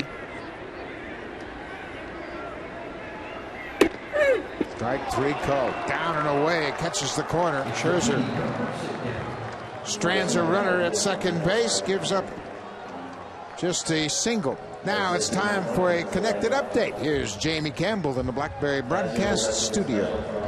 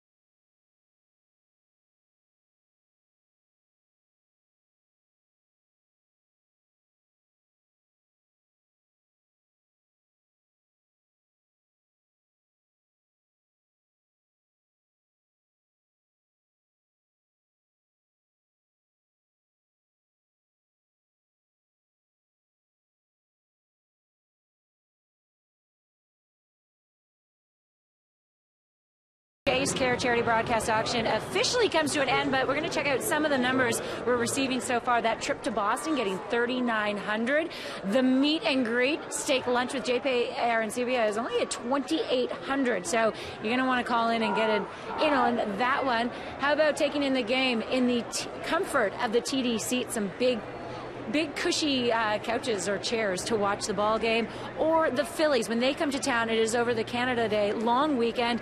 Roy Halladay making his return trip back to Toronto for $1,700. So come on and place your bids right now. Buck, back to you. Thanks, Ivanka. Certainly a lot of opportunities to have a one-of-a-kind baseball adventure. Trip to spring training, lunch with JP Arancibia, dinner with Jamie Campbell and Greg Zaun. Cabrera fouls it back. Sean Camp in relief of Brandon Morrow. Camp came in with 1 out in the 4th inning.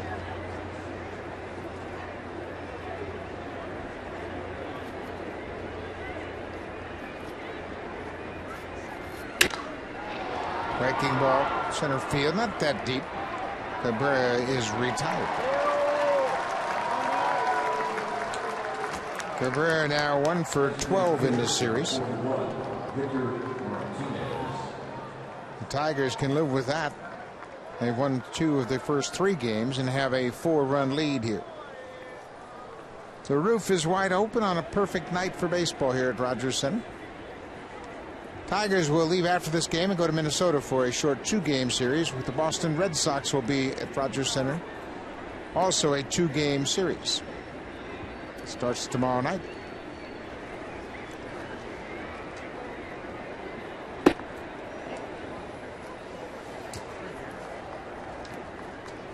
Victor Martinez doubled off the center field wall his last time up, part of that 6-run inning. Drove in a run and scored a run.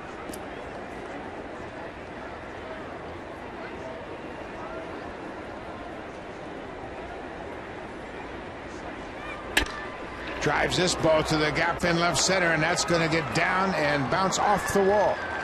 Martinez around first. He's jogging into second with his 2nd double of the night.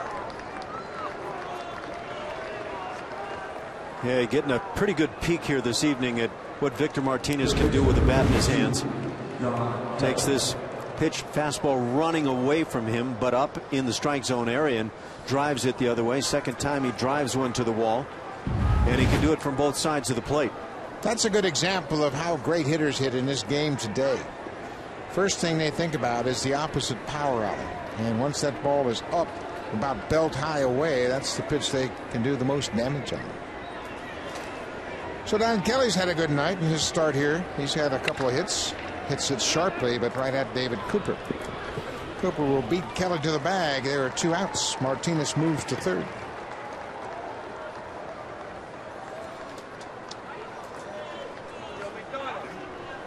Blue Jays need a 0 on the board here in the 5th and try to cut into this 4-run deficit.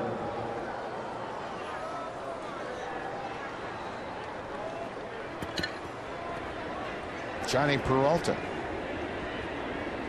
Hit a ball sharply, but right at the shortstop, Escobar. First pitch breaking ball.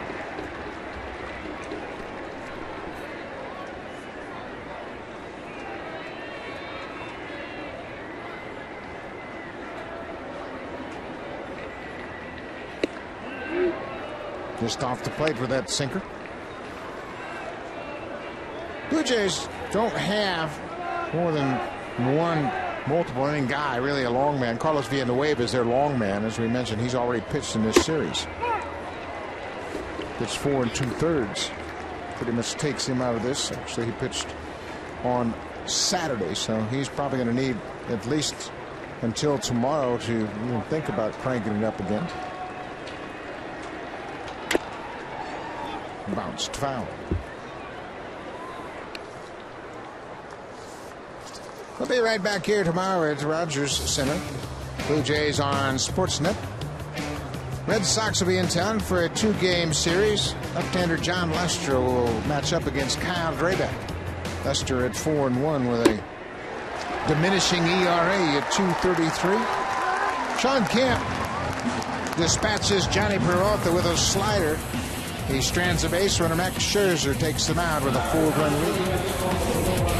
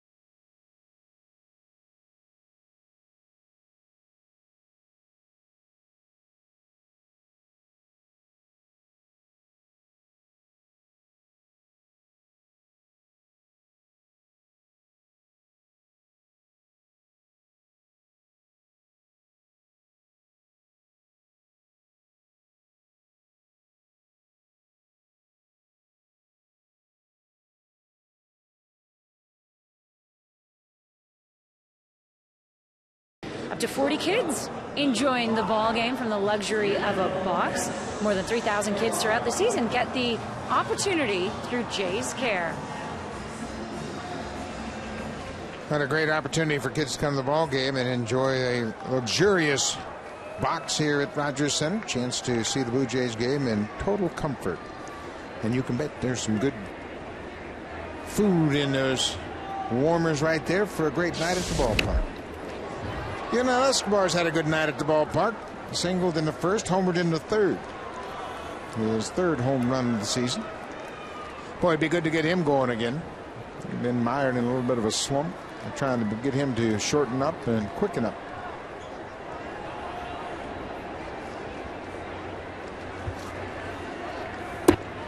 Yeah, and you've already got a pretty good glimpse of Jose Bautista just simply stepping right back in and swinging a big bat for the ball club. But you've got to get Adam Lynn back Boy, stay away from the DL, Adam. It's very difficult when you have guys in and out. Rajai Davis was on the disabled list with a sprained ankle. Bautista's missed time 2 different occasions. Edwin Encarnacion's had a wrist problem. He's missed games.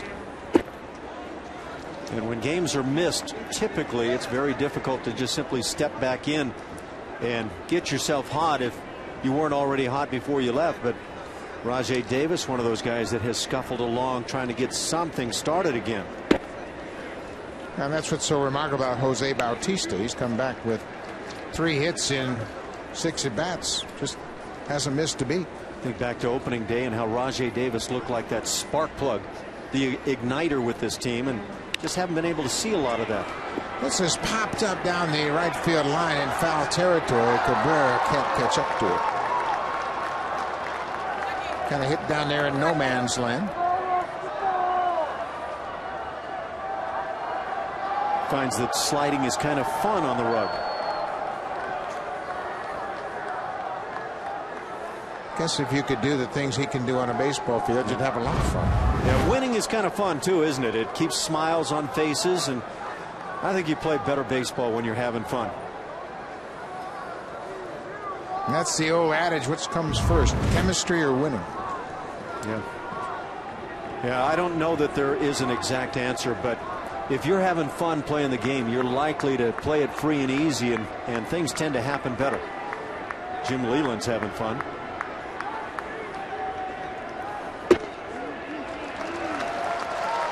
A lead-off walk, that might get something going, and that's the one thing we've talked about with Scherzer on the road especially. He's had trouble with the base on balls and the home runs. And that's a way for the Blue Jays to get back in this game. Escobar's been on board 3 times.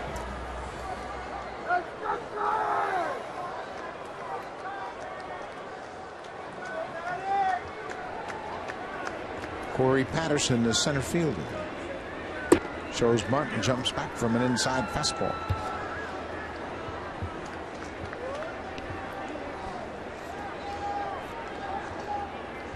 Blue Jays trying to split this 4-game series, and if they do, they'll have to have a comeback effort.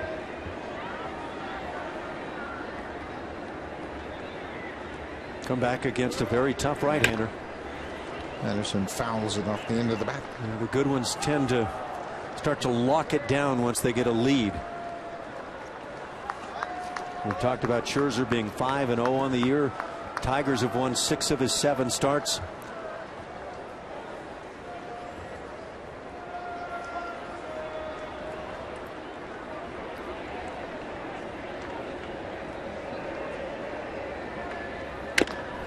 Bounce to first. Cabrera wheels and fires a strike to second. Back to first, not in time. Cabrera made a pretty good throw on that feed to second base, but Patterson runs too well. Just 1 out here in the bottom of the 5th. Let's check in again with Veronica Osmond. All right, want to be the big star in your baseball league or at the local park? Why not take some batting practice with Jose Bautista? Right now it's going for $3,700. But come on, this is priceless. Well, maybe we can put a price on it. Call in and get your bid in for that. Leading home run hitter in the majors a year ago with a chance to get some batting tips from Jose Bautista. Certainly will be money well spent, and it's a great cause, the Jays Care Foundation. Bautista with 1 out. Big swing and a miss. Maybe you could negotiate that one to have the other kids on the Little League team come along and get to hang around and listen in as Jose imparts his words of wisdom.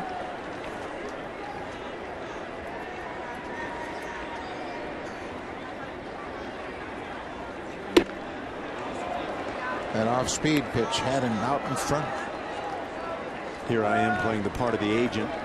I'm sure you could talk them into that. I know Bautista would be up for it. Always anxious to share his time with kids.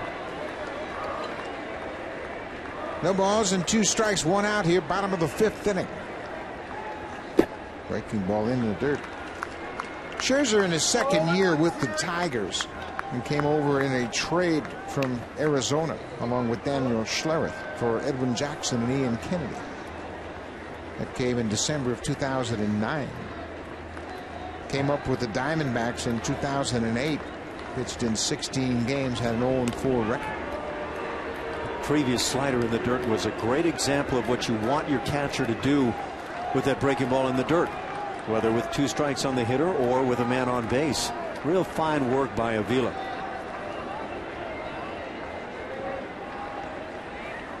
There goes Patterson, ball inside. Avila, tough throw, bounces it. Patterson has the stolen base, his 4th of the season. You find for catchers, if they can reach on the backhand side, it's much easier to square up that lead shoulder. You notice there, the left shoulder goes backwards, and that's not the direction you want to start when you're going to throw. So now you have to create everything yourself, and it's obviously too late. Not much of a chance to get Patterson, as he had a good jump at first. So Bautista with a chance to drive in another run. Lays off the inside pitch. It's only the 5th inning, plenty of time for the Blue Jays to come back in this ball game. That's why the stolen base is important. Get that runner in scoring position.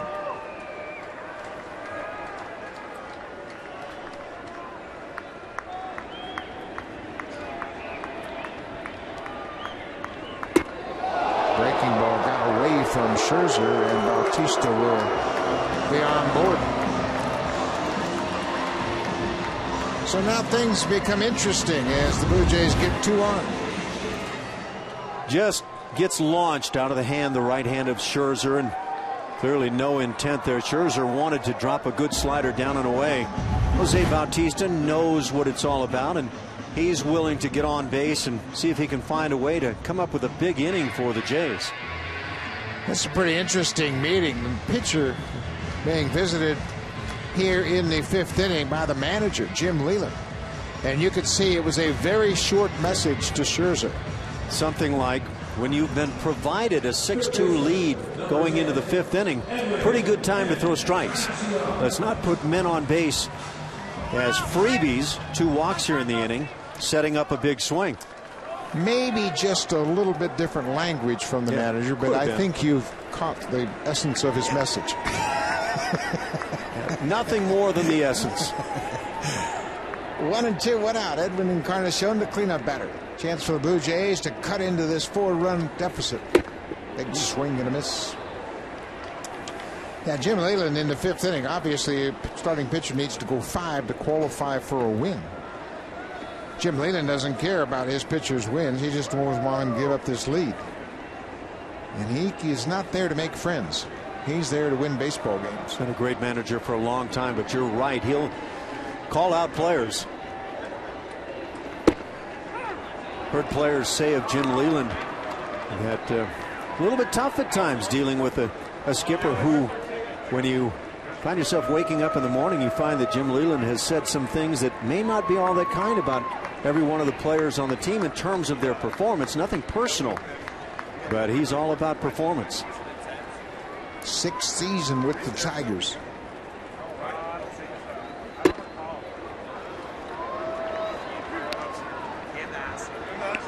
Well, they've had some close calls in recent years and go right down to the wire, and the Minnesota Twins seem to find a way to just slip on by.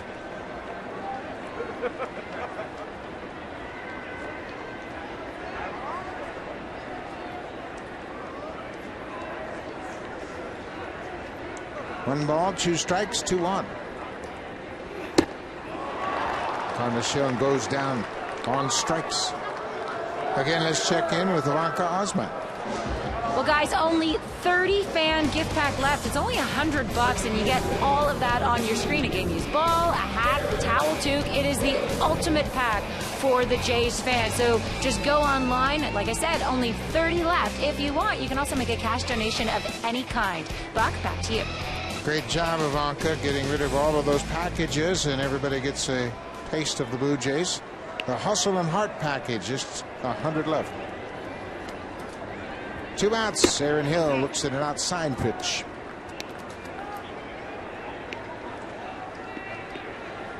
Can Aaron Hill return to the form of 2 years ago? That same question has been asked about Adam Lind, and he seems to be responding resoundingly yes. Aaron Hill, one of the great power hitting second basemen a couple of years back. Pops this one up into center field.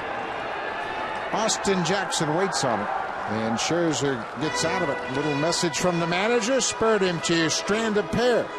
Tigers lead the Blue Jays 6-2 after 5.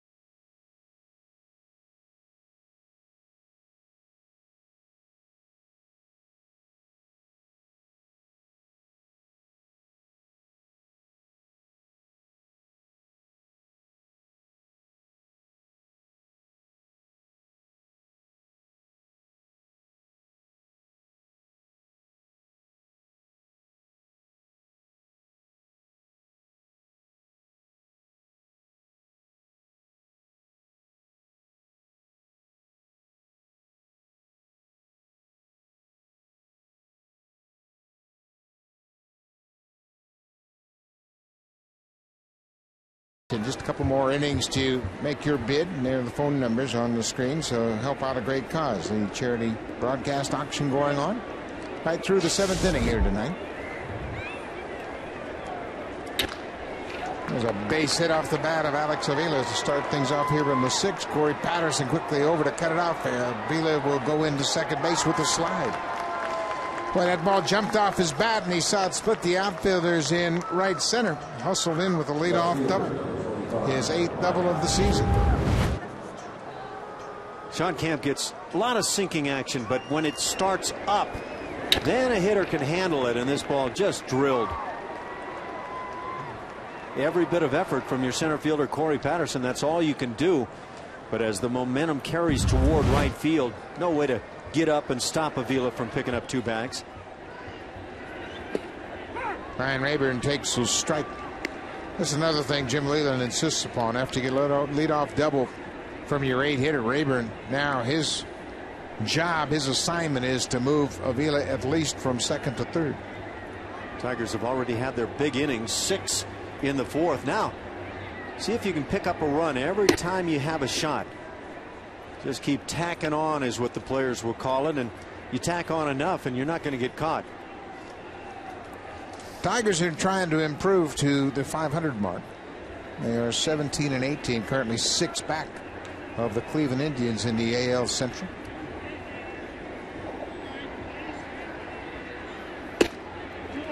Off the plate outside.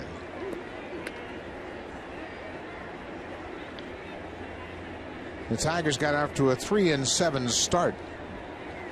Then they won 4 in a row to get back to 500, and it's been kind of a roller coaster ride. Jim Leyland not pleased with the inconsistent play, but the pitching has been good of late.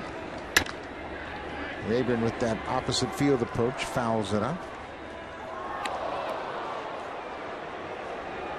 Blue Jays and Tigers will hook up next week. It'll be a short 2-game series, Monday and Tuesday at Comerica, the 16th and 17th. And then the Tigers will go on the road. They go into Boston for 2, and in that interleague series, Jim Leyland will go back and visit his former club, the Pittsburgh Pirates.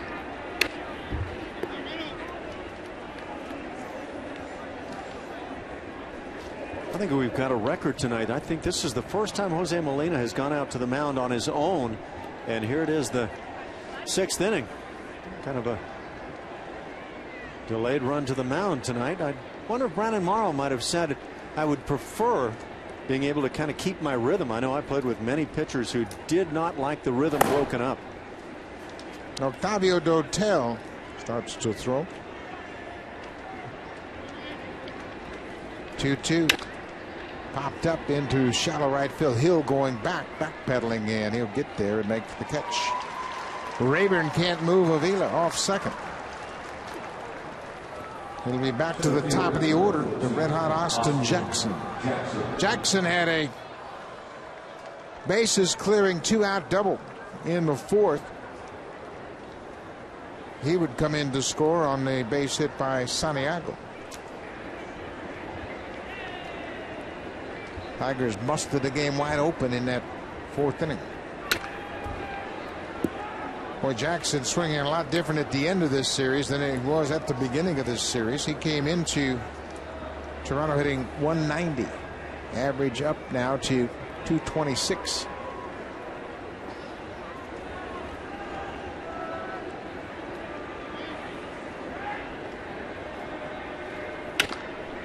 Bounce towards second. Jackson's retired. Avila moves to third. Big out. Getting Rayburn to pop up could have been a different situation. Yeah, that's a case of the ground ball to the right side being a hitter too late. All players know it.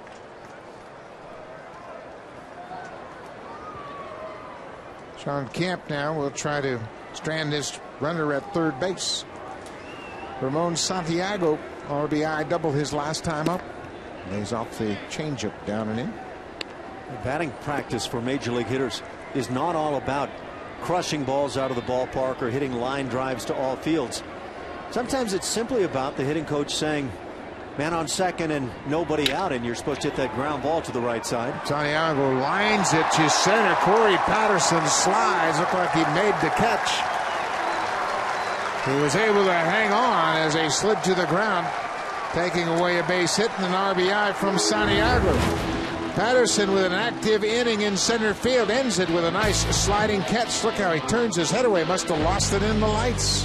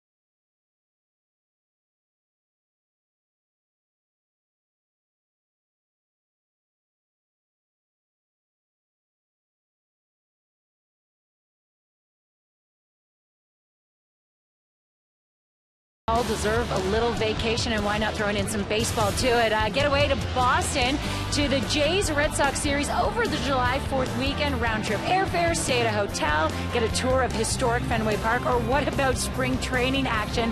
Who doesn't want to get out of these dreary, long, cold Canadian winters and heading down to Tampa, Florida? Again, airfare included. You get to stay at a great resort, golf. You get Callaway irons and a bag, so not a bad deal. Both of those right now only $4,100. Buck, Alan? Navaka, a couple of great trips right there, and especially that 4 nights in Innsbruck. That's where they have the Transitions PGA Golf Tournament, and you get a chance to live right there, play golf, and a Callaway Set of irons and a golf bag. Lots of good items for bid, and the bidding ends 10 minutes after the bottom of the 7th inning. New pitcher for the Tigers is Al Albuquerque. 8 games this year. He's gotten off to a good start. Got a good arm.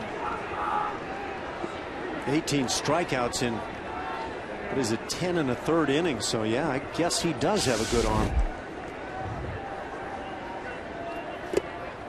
There's that hard splitter that's down in the dirt. Albuquerque is an interesting study. He signed as a free agent with the Chicago Cubs. Pitched in 2004 in the Dominican Summer League for the Cubs.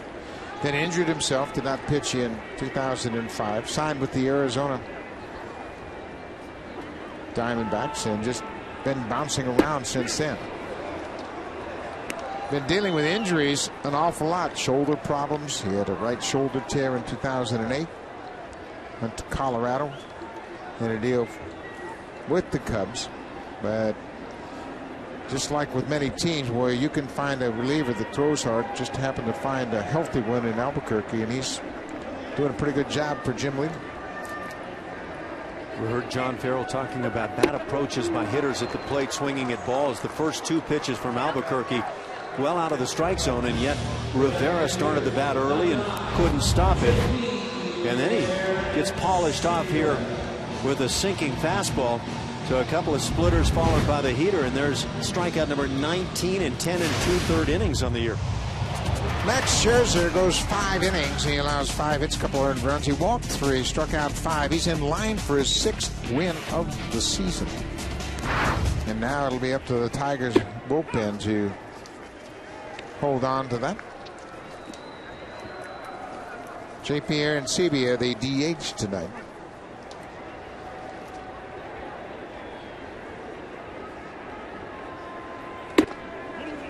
Scherzer is trying to become the first Tiger pitcher since the start of the 2007 season to win 6 in a row. Jeremy Bonderman had an 8-game win streak to start that season. Hit hard, but right to third. Kelly has it. Low throw scooped by Cabrera. Let's take a look at the catch by Corey Patterson at the end of the 6th inning. Watch his head. He turns completely away from that baseball. I don't know how he caught it. I don't know what the problem was. He certainly lost it and appeared to have problems seeing the ball, but stuck his glove out and he's able to make the catch. You'll often see corner outfielders left and right losing line drives in the lights. The banks of lights set up in line with those corner outfielders, but not for the center fielder. Now traditionally there aren't lights behind home plate, but certainly looked like he had problems tracking that baseball. But he made the catch. That ended the 6th. David Cooper 0 for 2.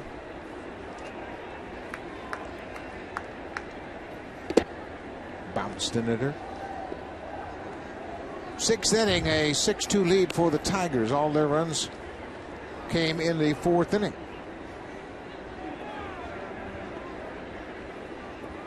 Five of those runs were charged to Brandon Monroe.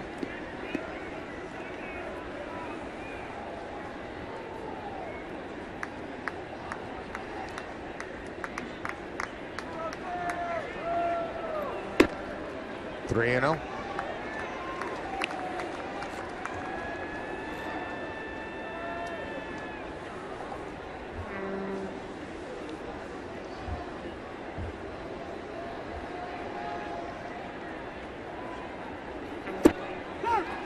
Three and 1.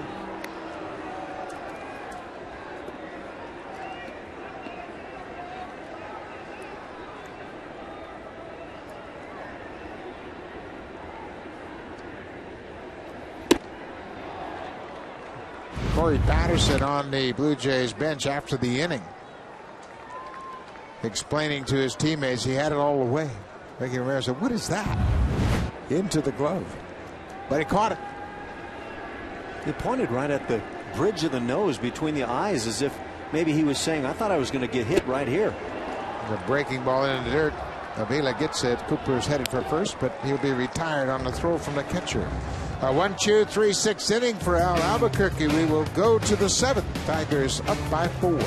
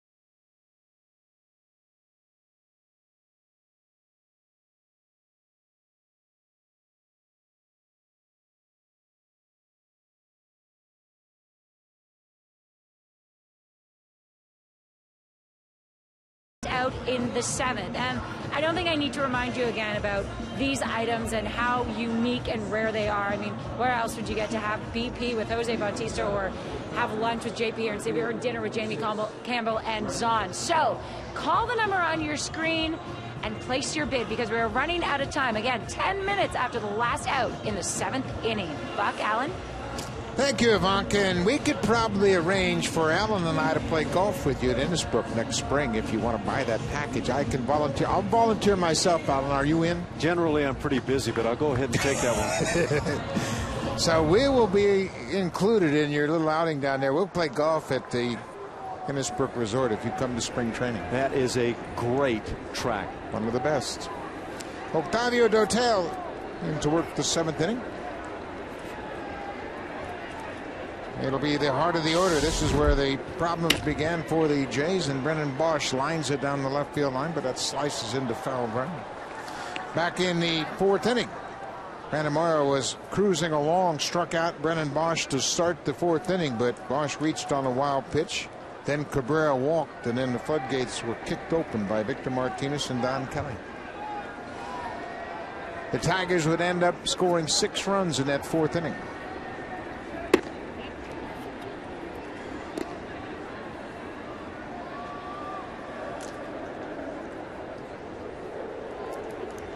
One thing that John Farrell has constantly talked about was not using injuries as an excuse. He said, we got major league players, we send them out there, and you can only play 9 of them at a time. We just got to make sure we give a good effort every night. I think one thing, Alan, and you touched on it, was the fact that Farrell was a little disappointed in the approach by the hitters at the plate. And I don't know if you can really continue in that vein. As we look at that previous half inning, Blue Jays hitters had a tough time picking up that splitter or whatever it is from Albuquerque, but then apparently so have the other major league hitters to this point.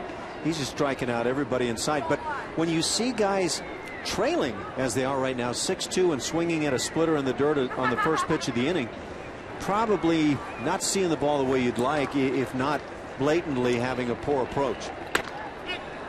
Ball is popped out of play as Bosch fights it off. The Blue Jays have never seen Albuquerque before that last inning. Yeah, and I think that's valid based on the type of stuff that he brings, and saw him start hitters with that splitter, if that's what it is, and finish even when he was behind in the count with that pitch.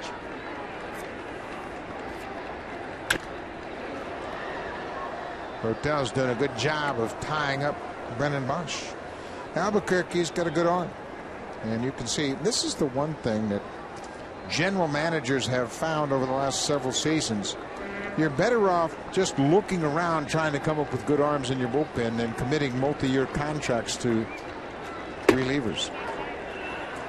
Yeah, and then if you can get one that has not only a good arm, as we've seen from Albuquerque, but that unique pitch, that splitter that has hitters waving, there's a type of stuff that you could project as a closer. Albuquerque's just 24 years old. Bosch works the walk. Let's check in with Jamie Campbell for an update. First baseman, number 24, Miguel Guerrero.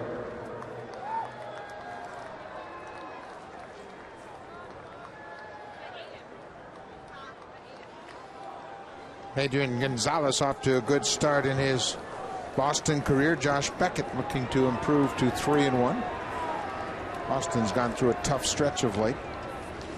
Boy, their bullpen has really been decimated. They had that long game, the rain delay. A lot of guys had to pitch in that bullpen, including Daisuke Matsuzaka out of the starting rotation. Love the back end of the bullpen arms in Bard and Papelbon.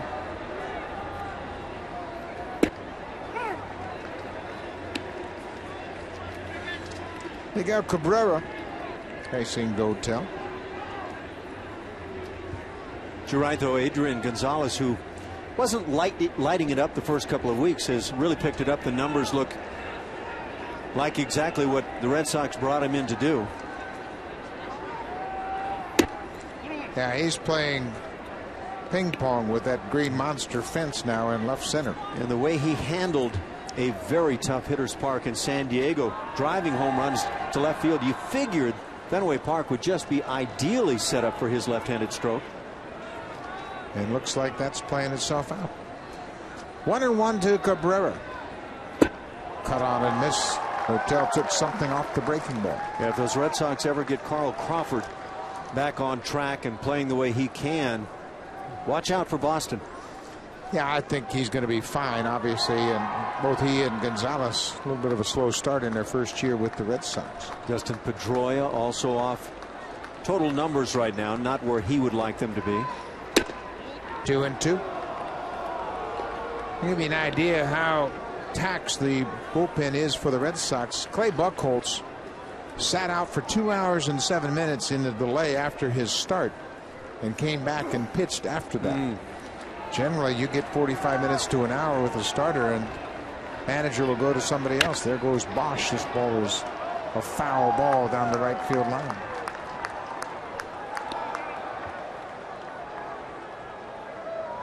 The Beantown Bash up to $4,500, and looks like it's going to get a boost right there. That's the trip to Fenway Park to see the Blue Jays play over the 4th of July weekend. And it's up now to $5,000. Great job, Pebbles. That's a great trip. Good time of the year to go to Fenway. Not much time left. The auction will end 10 minutes after the bottom of the 7th inning. Make sure you don't get caught on the sidelines. Some great auction items available, including that great argument: who do you want to eat with, Zahn or Campbell or JP Arancibia? 2-2. Nobody out. Cabrera goes down swinging. Second time tonight Cabrera has struck out.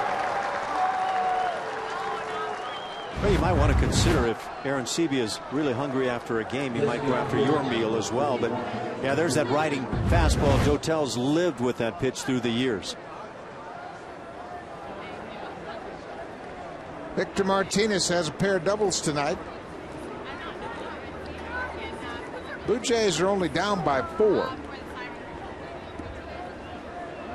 Dotel can keep the Tigers in check here. Upstairs. Martinez had a right groin injury that pushed him to the disabled list. He is just back this week.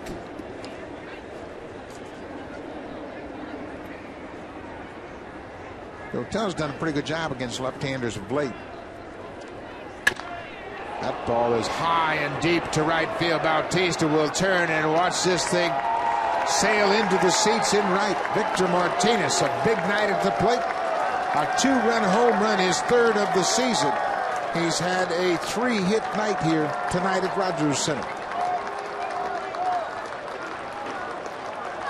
He's one of those terrific hitters that when he gets it hot, you don't want to mess around with him. And again, a pitch left up as he drives it out. A lot of people say left-hand hitters like the low pitch, low and in, but twice tonight we've seen Martinez go after high deliveries, driving them, and this one, even though he wasn't sure right away, there was no doubt. High and deep beyond the Tigers bullpen in right. 8-2 Tigers. They have now outscored Blue Jays 26-11 in this 4-game series.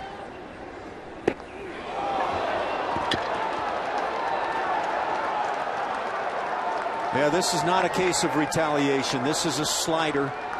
I don't know if Jim Leyland, he just simply wants to know if his player is okay. Jim Leyland out to check on Don Kelly. Kelly had a good night at the plate. He had a couple of hits. He got to start at third base, and you can see how gingerly he's moving toward first. Watch this slider just sweep down and in. In fact, it starts there and then just drills him on the front foot. It looked like it got him right on that ankle, just on that right foot.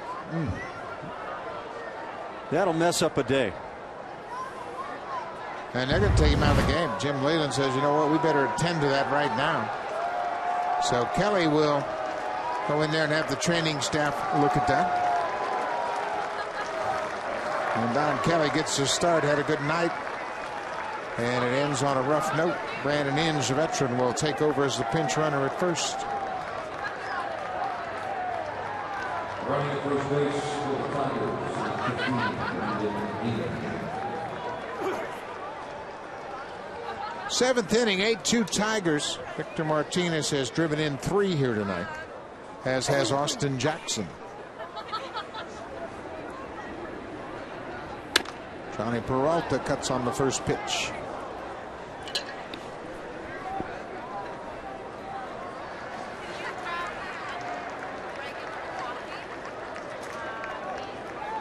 Blue Jays have walked 4 tonight.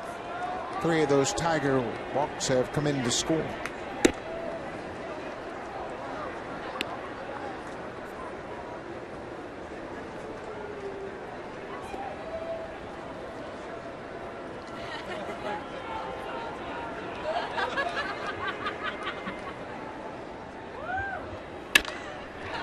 Ripped into center field. Corey Patterson over to his right. He'll play it on a couple of hops, and Peralta has his first hit of the night. Octavio Dotel, 90 on the fastball, and I believe it was about that same figure on the home run that Martinez hit. That's not the same fastball that Dotel has ridden for years and been very successful with. That's dropping off a few miles per hour. It's costing him right here. Best arms I ever saw at the back of a bullpen. 3 guys. Houston had Octavio Dotel, and he was going about 95 to 97 at the time. Brad Lidge and Billy Wagner. 3 arms at the back end that nobody wanted to face. Yeah, that's a pretty good trio. And games became dramatically shortened. Yes, they did. 1 out, Alex Avila. Avila has been on base twice. Walked and scored in the 4th and hit a double into the gap in right center. 8-2 Tigers lead.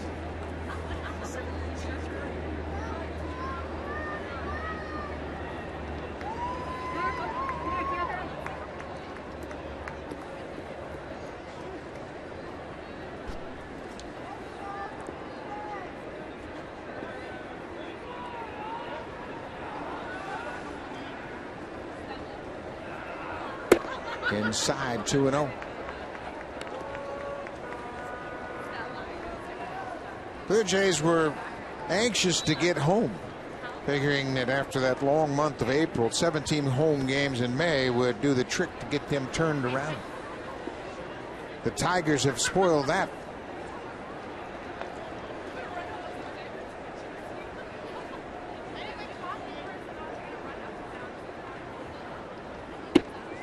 Of course, these Tigers had just completed 3 straight wins over the Yankees after losing the first of 4 in that set in Detroit.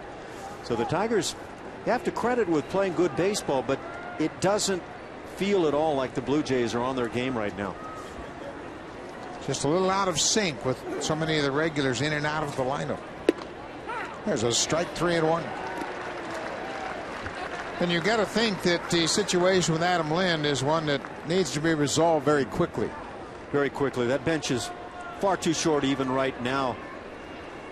And you need that bat in the lineup. Otherwise, got to be able to bring somebody up and help this club. Bases are loaded. Avila takes the walk. The charity auction is ongoing. There's a lot of packages available, and one of them is Jamie Campbell and Greg Zahn, and Zahn's doing a little self-promoting. Pick me and JC, and that will be for dinner with the co-hosts of the Jays Connected pregame show. Not much time. It's only $3,000. I mean, you know, dinner costs about that in Toronto for 6 people, but go ahead and bid it up. Great cause. Jays Care Foundation. The live auction will come to an end at the bottom of this inning. Zahn would have really shown me something if he would have gone Sharpie to flesh. He's committed, but not that committed. Bases are loaded, 1 out. Number 9 hitter Ryan Rayburn, 0 for 3 tonight.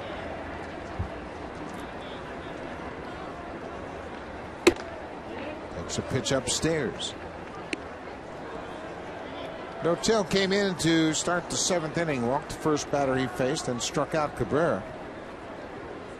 Gave up a home run to Victor Martinez, then hit Don Kelly.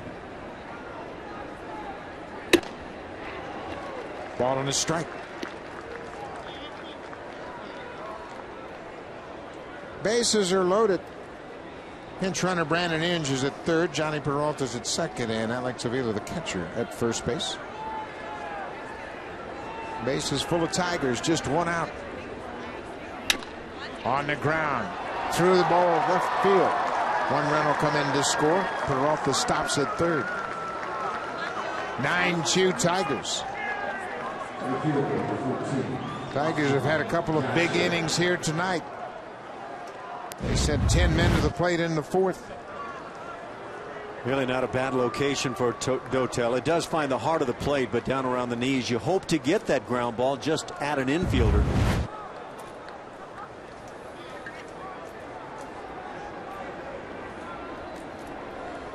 Bases still loaded. Austin Jackson has driven in 3 tonight. Cuts on the fastball. Yeah, this is a back-breaking inning. You mentioned coming into this 7th, it was still just a 6-2 game, and you feel like you can get yourself a couple of nice swings and get back in it. Now the work is really cut out for the bats of the Blue Jays. 0-2. John Roush begins to loosen up.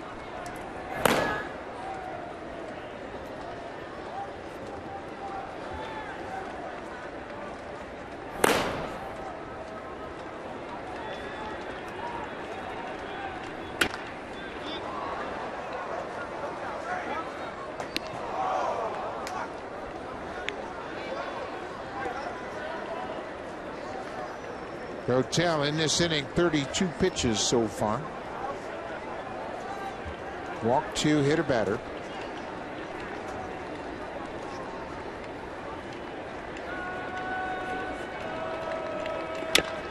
Bounce toward third. Encarnacion. First, a high throw, safe at first as the throw pulled Cooper off the bag. Another run comes in. The wheels have fallen off here in the 7th. Yeah, that throwing issue for Edwin Encarnacion, it comes far too often, and you've got to be able to get outs when you're afforded outs for your pitching.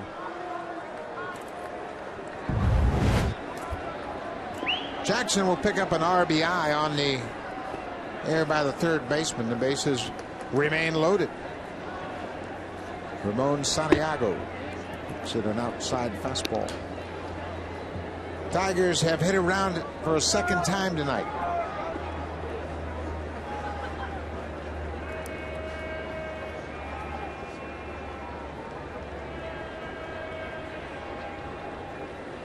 Yes. Santiago goes too far. Ball on a strike.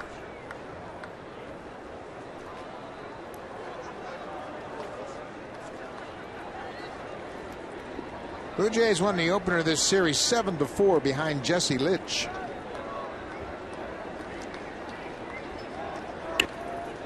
And they had a 7-1 lead going into the 9th. The Tigers would score 3 runs on 4 hits in that 9th inning. And then on Saturday, of course, the no-hitter by Justin Verlander. Tigers won 9-0. Brad Penny picked up his 3rd win on Sunday, as the Tigers won 5-2.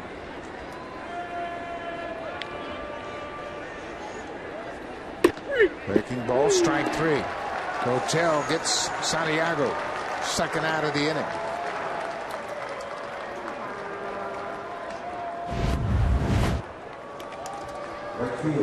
Dotel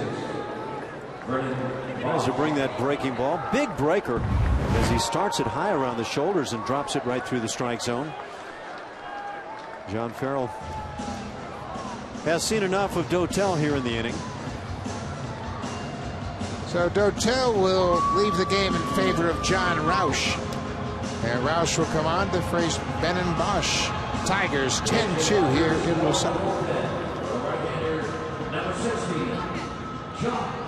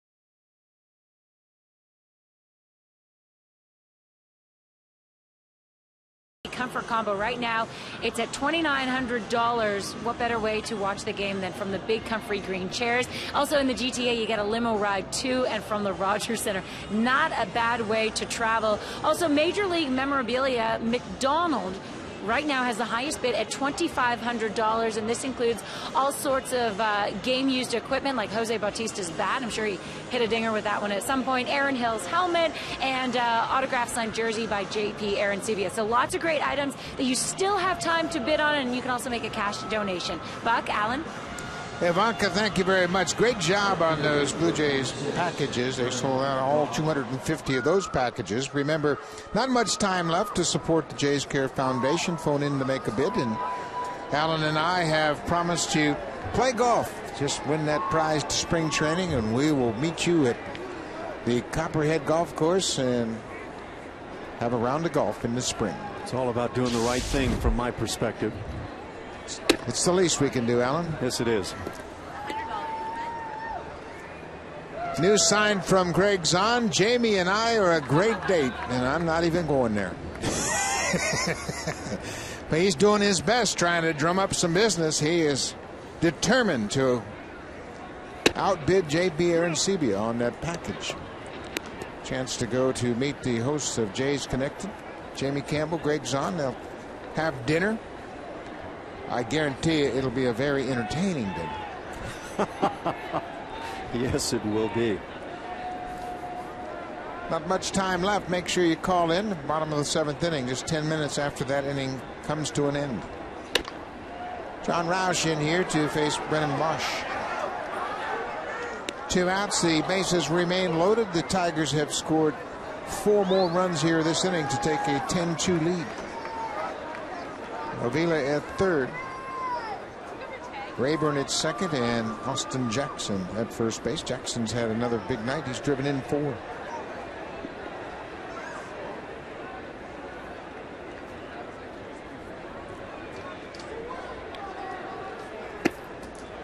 Interesting night for Brennan Bosch.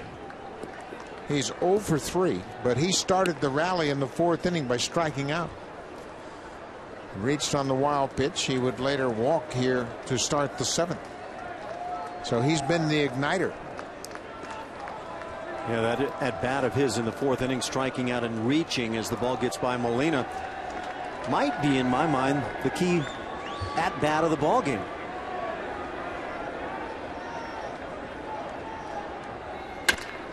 Sharply hit on the ground.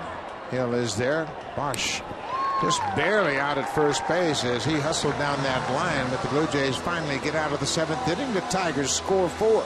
They have taken a 10-2 lead.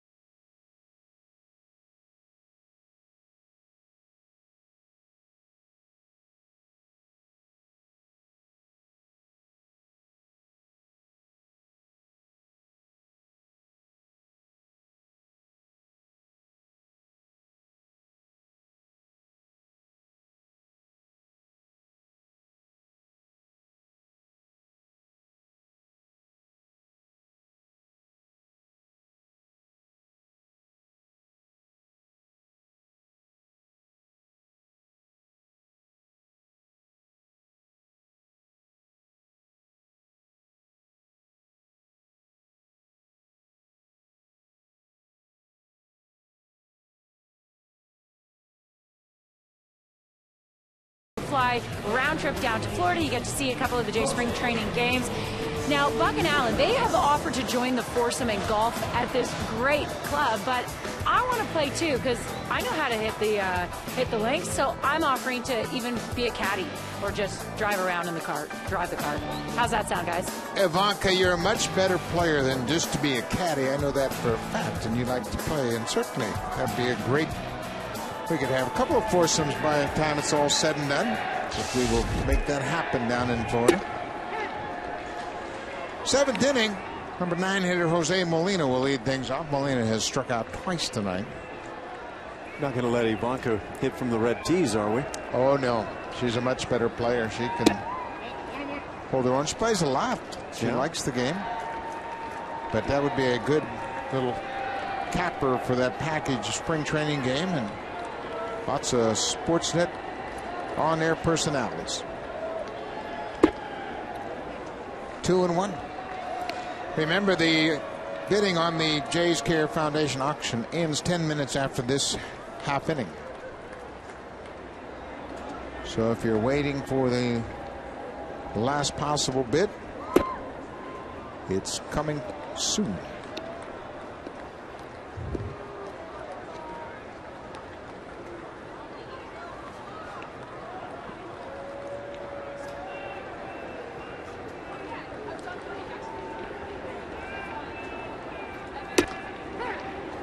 There you go, 3-1, and he turns to that splitter.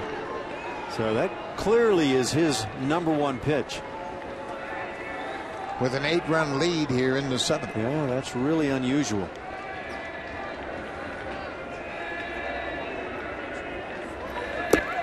And you knew if he's going to throw it 3-1, he'll throw it 3-2, and there's a leadoff walk. That makes no sense.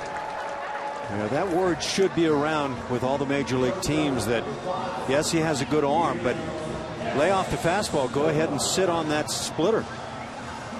The fans gift pack sold out. $25,000. The Beantown Bass sits at $5,000. Practice with a pro, Jose Bautista. Meet and greet, Aaron Sebia, and the Beantown Bash is getting a boost.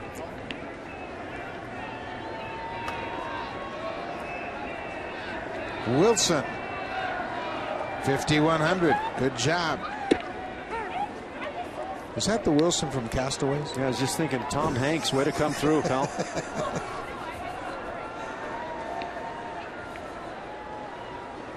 You know, Escobar, a couple of hits, including a home run, #3 on the season for Escobar. I'm sure Jim Leland would love Alberto Albuquerque to finish off this game. Save that bullpen as much as possible. One guy, you probably have to sit him for a couple of days. Bounced off home plate.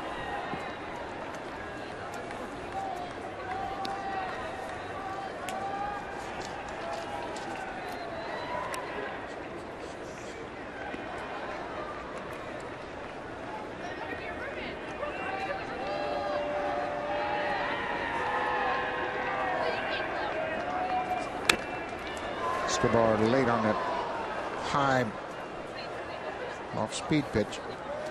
The Twins will welcome in the Tigers Tuesday night. They'll play a night game and then a day game on Wednesday. It'll be Rick Porcello against Francisco Liriano. Liriano has been pushed back a day. He won't start, I don't believe. I just read that this afternoon. He's sick, like so many of the Twins. Strike 3 call. Escobar is caught looking. Time for an update. Let's check in with Jamie Campbell. Center fielder, number 16, Patterson.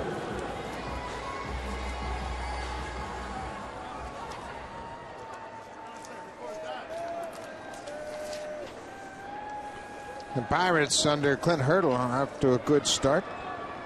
Look at the hitting of that ball club is not as good as they expected it to be. Pittsburgh pitching a little bit better, but they're 17-17, middle of the pack in pitching.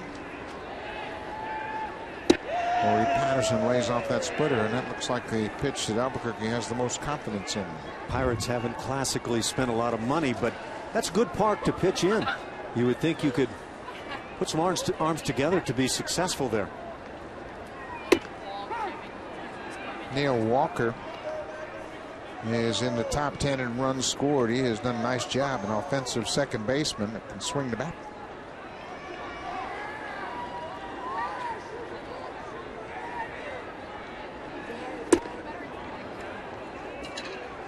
Well, there's no doubt about it. That splitter is the pitch. I'm going to call it a splitter. I mean, it almost looks like a curveball over the top, but the way that comes out of there appears to be the splitter. Either way, just sit on that pitch.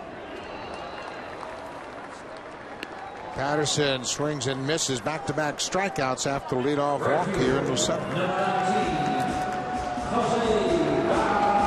You can see why Albuquerque racks up the strikeouts. He has 4 now, and just an inning and 2/3.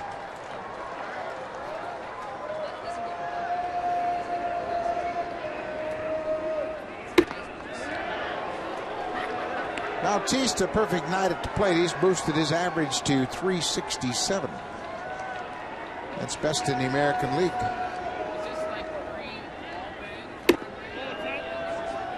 Two and 0. Intriguing after all those splitters. He starts Jose with a fastball at 94 up and in. 3 and 0.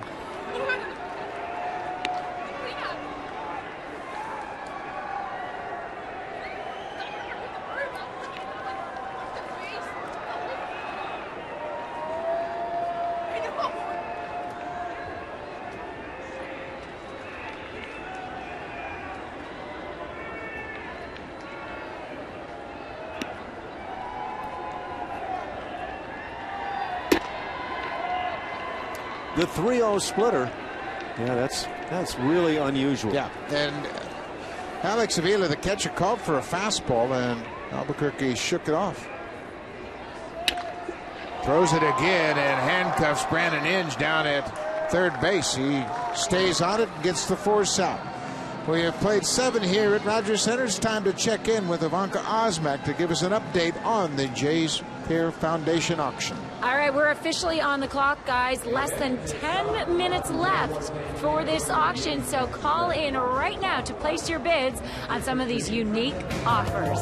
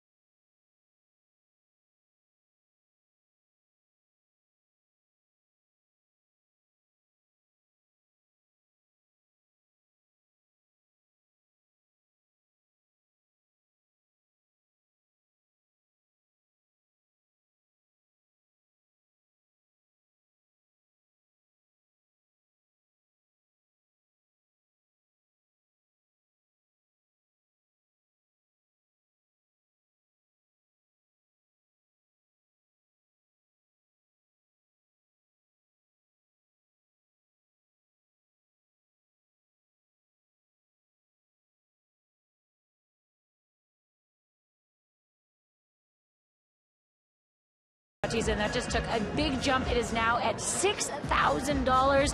But again, there's still just 8:30 left on the clock, so that could even go up some more. And if you want to make a cash donation of any kind, you can do that as well. Call the number on your screen. Look at Danielle, feverishly working away. Buck Allen, back to you guys.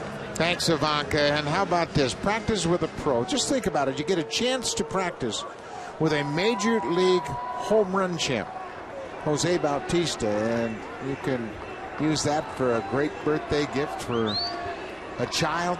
Opportunity to meet Jose Bautista and get some private hitting lessons from a major league home run champ. Cabrera on the first pitch.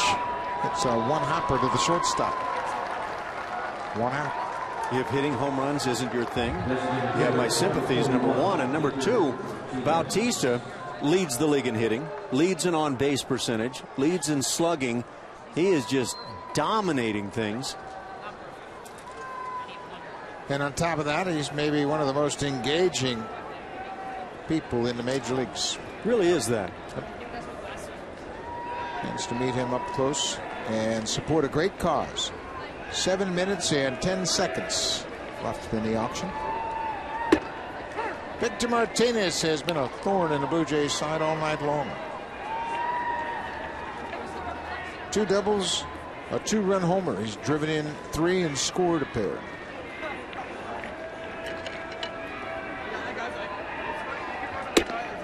He has now driven in 50 runs in 61 games against the Blue Jays in his career. He's not going to want to leave.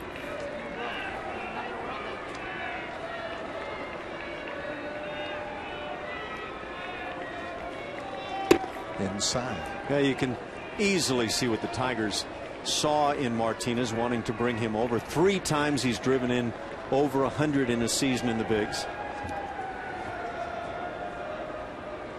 He's had 6 RBI in this 4-game series. 3-1. John Roush came on to close out the 7th inning.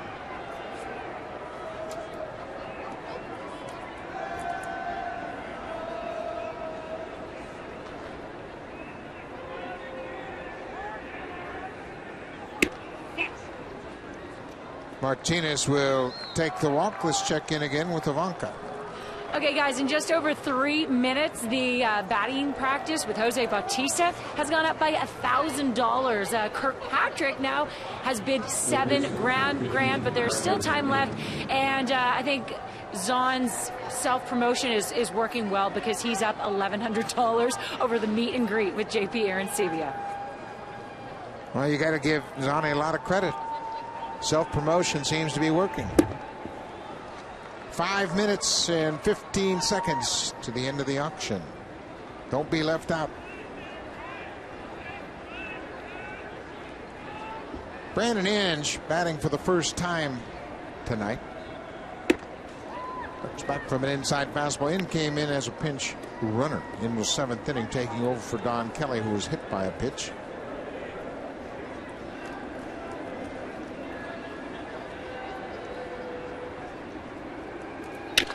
Sharply hit to the shortstop. Escobar to second for 1. Back to first. Double play. The Tigers are retired here in the 8th inning. 4 minutes and 34 seconds to the end of the auction. Make sure you call in, make a bid, help out a great cause.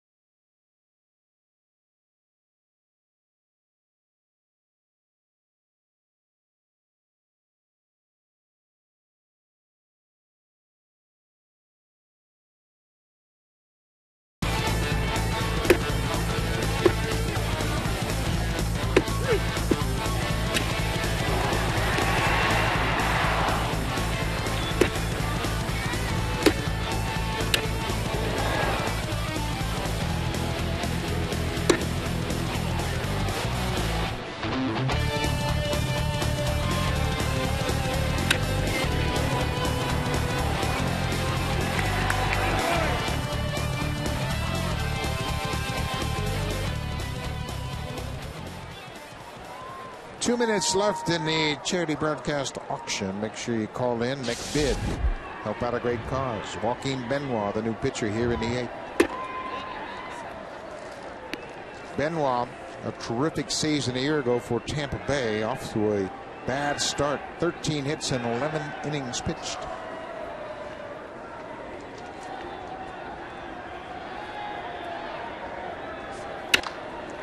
Encarnacion deep to center field. Jackson on the run, on the track, at the wall, makes the catch. Great concentration by Austin Jackson. That ball took him right onto the warning truck, and he hauls it in. Practice with a pro, Jose Bautista has reached a great plateau. $10,000 by Kirkpatrick. Great job. The Beantown Bash up to 5,300. A minute and 10 seconds. Make your final bid. Get in quickly before it's over. I'll go out on a big, strong limb and say it'll be worth every dollar spent. I agree with that. By the way, nice to see Austin Jackson go all the way to the wall making that play. That's big league effort in center field. Aaron Hill, that's with 1 out. Hill is 0 for 3 tonight. Fastball on the corner. 30 seconds left in the auction. Call in quickly, make a bid, support a great cause.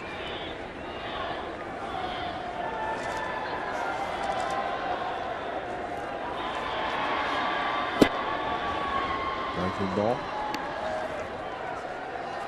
Benoit was the comeback player of the year last year. As you look at the panel taking the phone calls, Danielle erasing the total behind the ball game.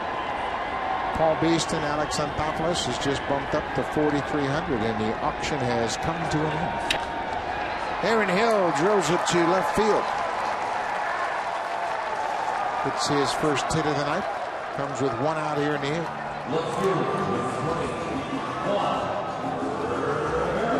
Joaquin Benoit, we mentioned what a great season he had last year with Tampa Bay. That turned into a 3-year, $16.5 million deal. And it is so difficult to predict relievers' performance from one year to the next.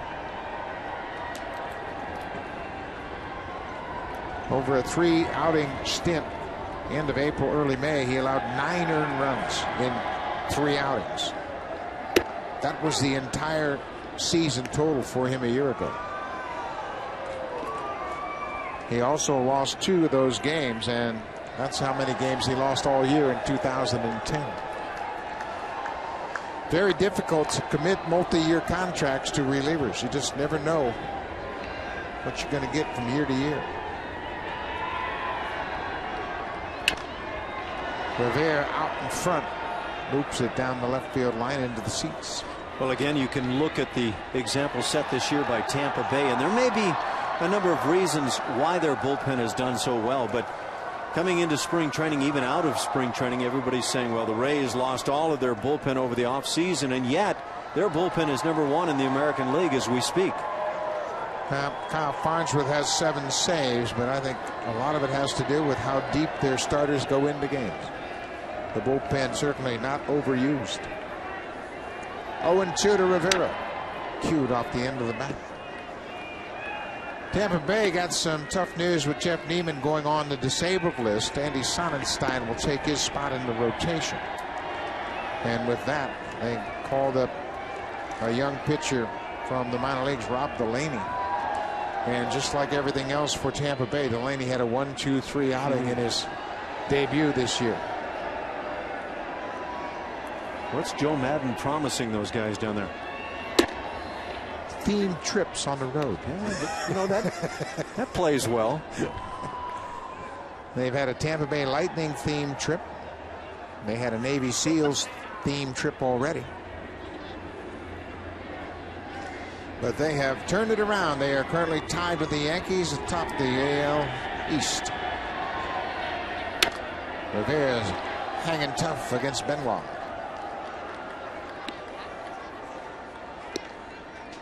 Yeah, I look at that lineup of the Tampa Bay Rays and just shake my head. trying to figure out how they continue to play winning baseball. It just doesn't appear that they're that deep. Their best hitter right now, most productive, is Ben Zobrist. Longoria had a home run. He's on the board. He has been out with an injury. They went 1-8, and since then 19-6.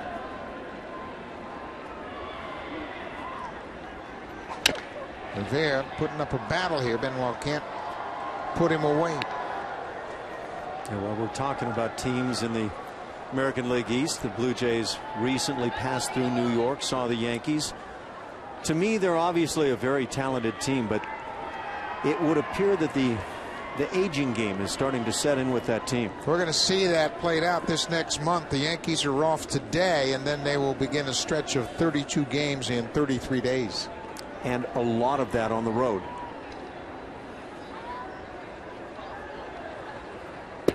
Inside, 2-2. Cleveland's the most intriguing team in my mind. They have gone 13-2 at home. They lead the American League Central by 4.5 over Kansas City. Kansas City, another one of those teams that, if you're going to talk about interesting clubs, they certainly have to be talked about. They've gotten great production from their hitters in terms of batting average.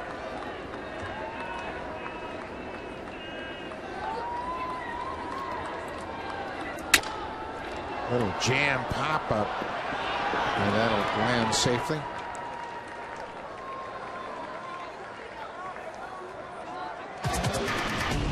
Now, come on, when you made your picks coming out of spring training this year, that thing looked upside down from that, or some version thereof. Indians and Royals? Yep. Nobody would have picked them coming out. Everybody anticipated the Twins were going to get off to a good start. They have been killed by injuries. Twins just 12-20. White Sox not much better. 10 games out.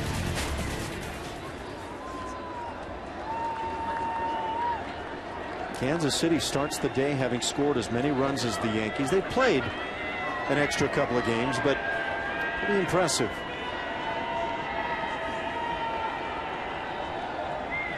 Two and two to Rivera. One out. Hills at first. On the ground, Benoit, second base for one, back to first, offline, and no tag at first by Ryan Rayburn. Mad return throw from Peralta, the shortstop. Rayburn has moved to first base from left field. Miguel Cabrera has been taken out of the game. That's one of those poor throws for which there is really no excuse. With Rivera going down the line, they had him by 20-25 feet anyway with any kind of reasonable throw, and not even really a quick release from the hill. See how far offline the throw from Peralta is, and Benoit makes a good throw to Peralta, but Aaron Hill bearing down, and Rivera avoids the tag at first. Aaron Sebia cuts on the first pitch and pops it out of play. 2 outs here in the 8th inning. Tigers are up by 8.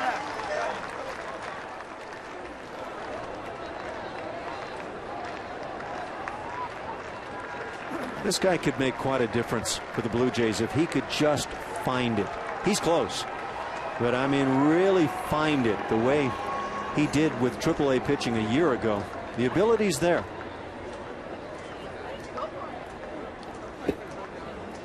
The one thing that you really have to be aware of as a young hitter is it's difficult when you simply swing at strikes. It's nearly impossible when you swing at balls. And that's something that all young hitters have to adjust to.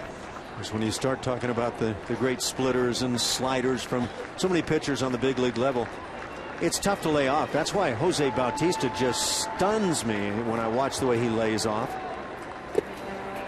And Sebia chases it in the dirt. Benoit gets out of it. He gives up a single and nothing more. We'll go to the 9th. It's all Tigers, 10-2.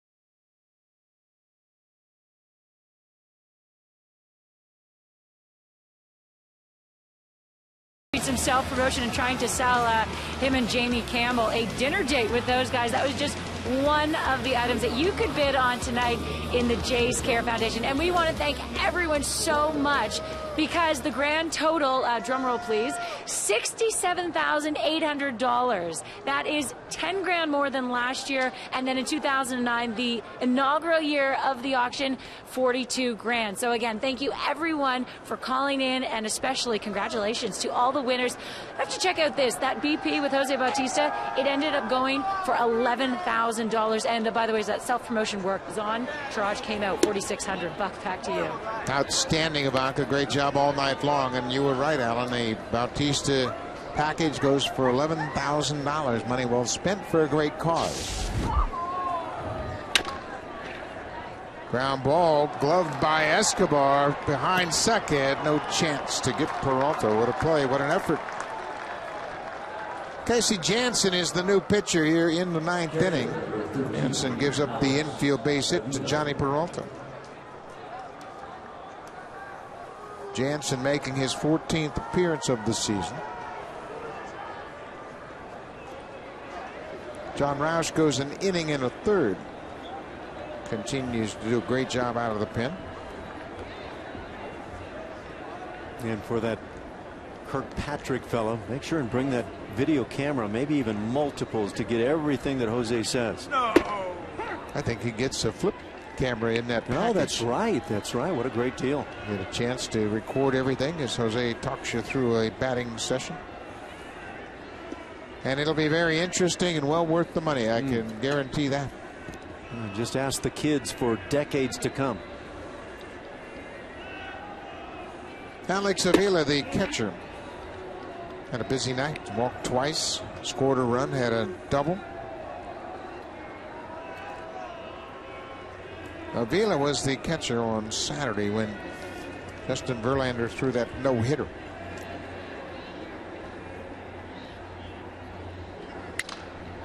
It's jammed with this fastball, trying to show him waits for it. Let's check in with Jamie Campbell for an update.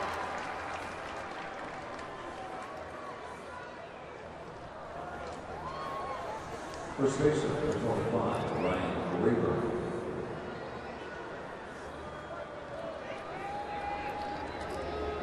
Boston's won 2 in a row. They will fly out of Boston after this game tonight. And remember, this week they had a game end at 2:45 in the morning. Ryan Rayburn lifts a high pop-up near the first base foul line. Hill is there. 2 outs.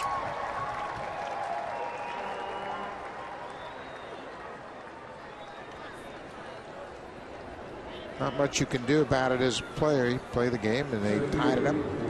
Minnesota, they've got enough problems. They're not worried about going to extra innings. They've got guys that are sick, guys on a disabled list, pitchers pushed back from their rotation. Just about everything that could go wrong has gone wrong for Ron Gardner. Never would have guessed that that concussion that happened from John McDonald kicking the helmet, kneeing the helmet, Morneau would turn into what it has evolved into, and he's just gotten off to a terrible start. Last July 7th, Morneau would play another game in that season a year ago, and that's been a very slow start for him. Austin Jackson, the leadoff batter, in a hole 0-2. Jason Kubel has been the one bat the Twins have been able to count on.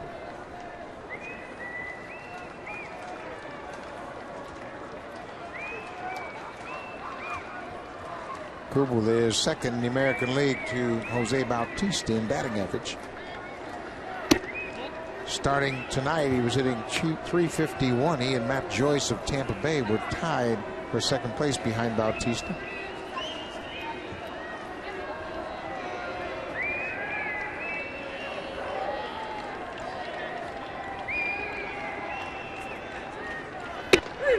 Strike 3 call. Casey Jansen finds that inside corner. So Jansen gives up an infield single and nothing more. The Blue Jays will bat the bottom of the ninth.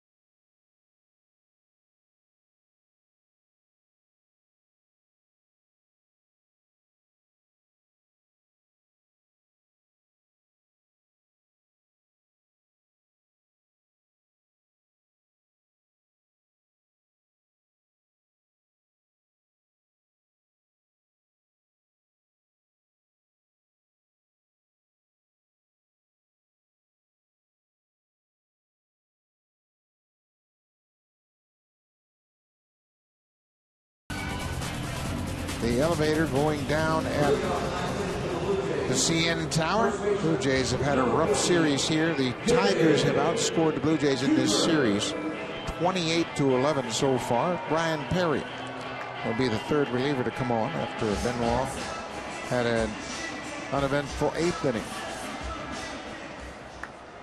Been a rough start for Ryan Perry so far this year. Jim Leland taking an opportunity to get him some work. Blue Jays have had 10 strikeouts tonight.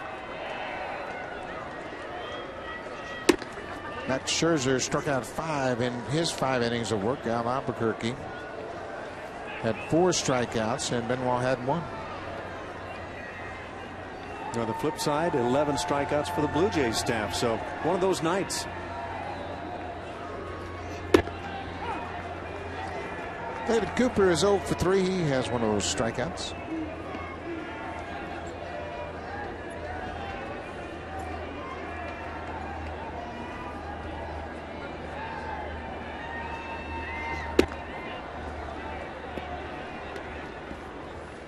Max Scherzer is in line for his 6th win. He's a perfect 6-0 if the Tigers can wrap this up.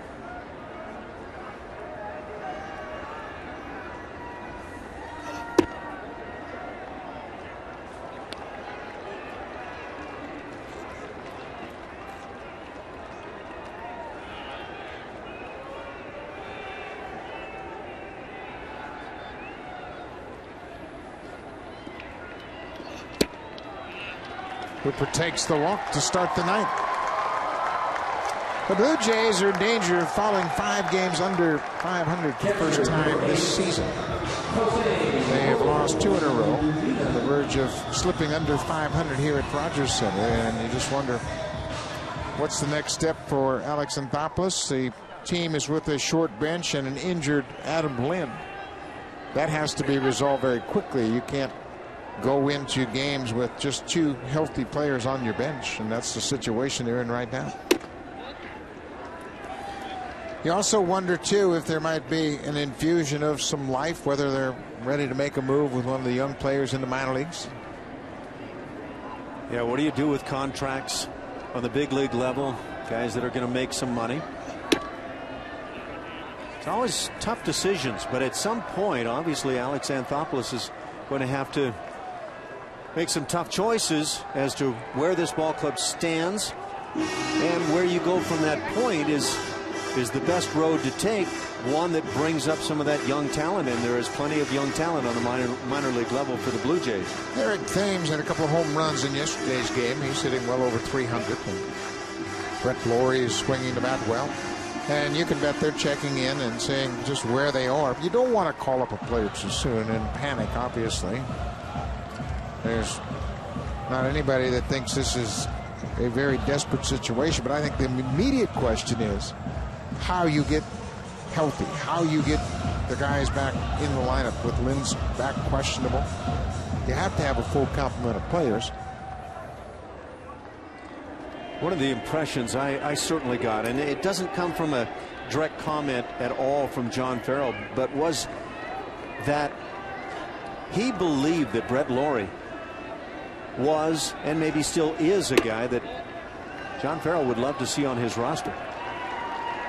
Yeah, he wasn't very veiled in his admiration for the way Lawrie played in the spring. He loved his enthusiasm. He felt like it was always an extra boost of energy when he had Lawrie and Thames in the lineup. Cooper was included in that group, and Molina will take the walk, back-to-back walks here in the lineup.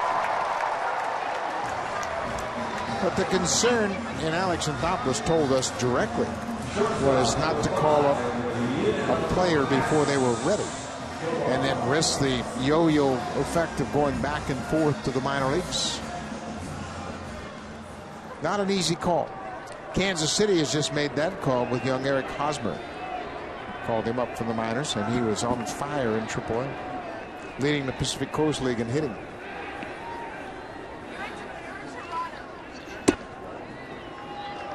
You just wonder if the Royals would have been so quick to call up Hosmer had the Twins, White Sox, and Tigers not gotten up to such a slow start. You can be fooled in the first 60 games. That you can. I have always been able to tell when pancakes are ready. Or at least I've fooled myself into thinking I can, but I've never known how you tell when a player is ready to come to the big leagues.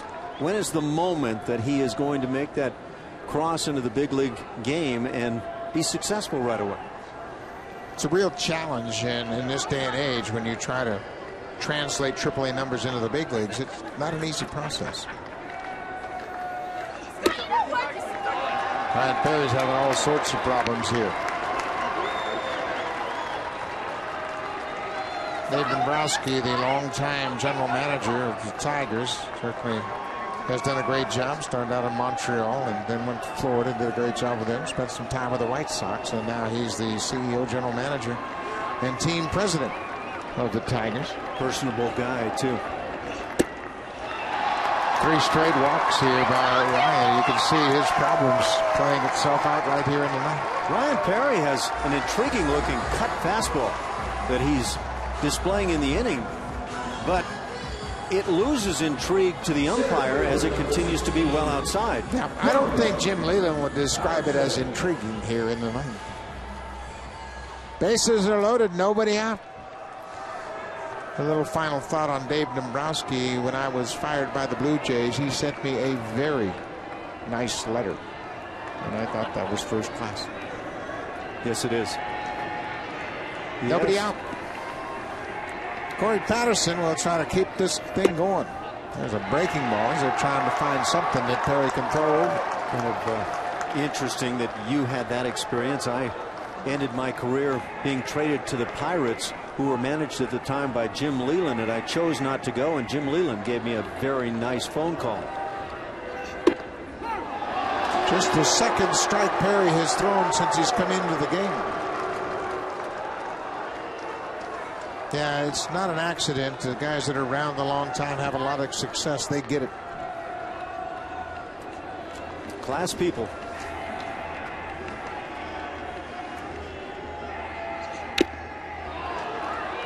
Corey Patterson fouled it into the glove of Avila. 1 ball and 2 strikes.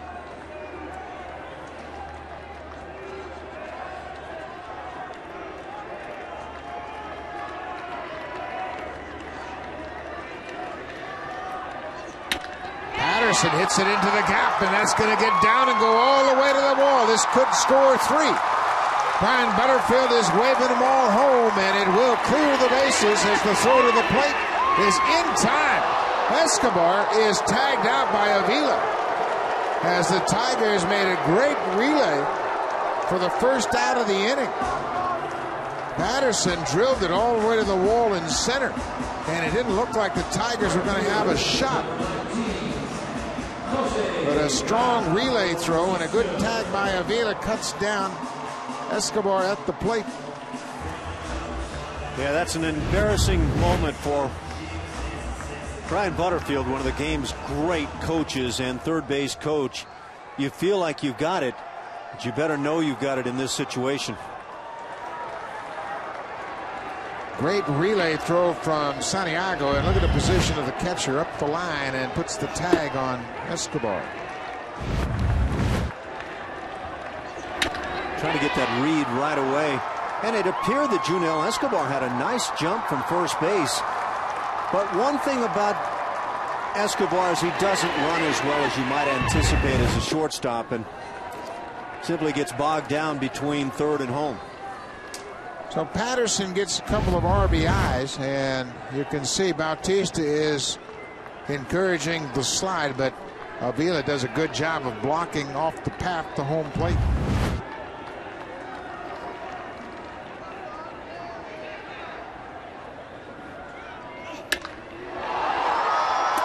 High fly ball into center field. And now the right fielder Casper Wells makes the catch, and Patterson will tag, but now there are 2 outs.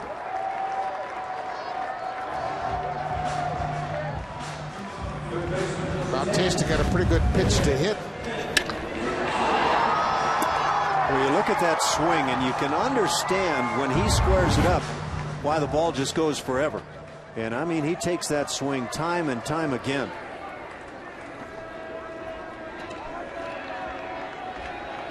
So Patterson's at third now with 2 outs.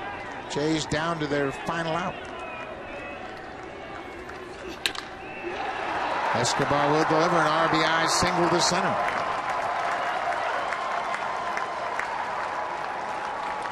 Rather long night for Edwin, but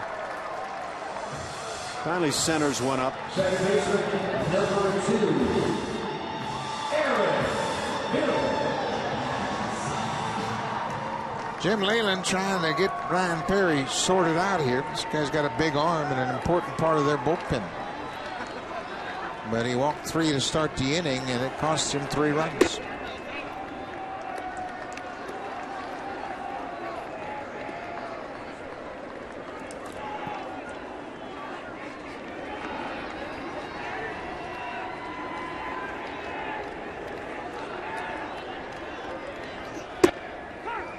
Ball on the strike to Aaron Hill.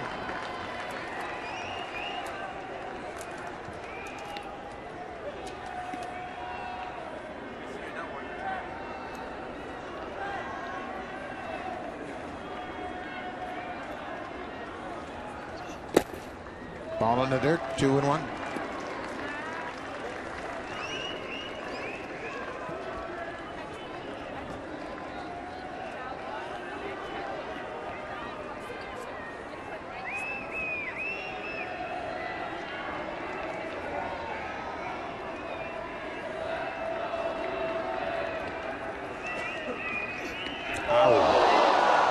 Fastball, and Hill couldn't get out of the way of it, and he'll take first. Perry's having all kinds of trouble here in the ninth, and Jim Leyland's going to come out. Looks like he's prepared to make a pitching change. Yeah, you can see the catcher set up inside, but pitches have been all over here in the inning, and this one just runs in and drills Aaron, and that's no way to end your evening. So a tough inning for Ryan Perry. Jose Valverde will come on with 2 outs in the ninth.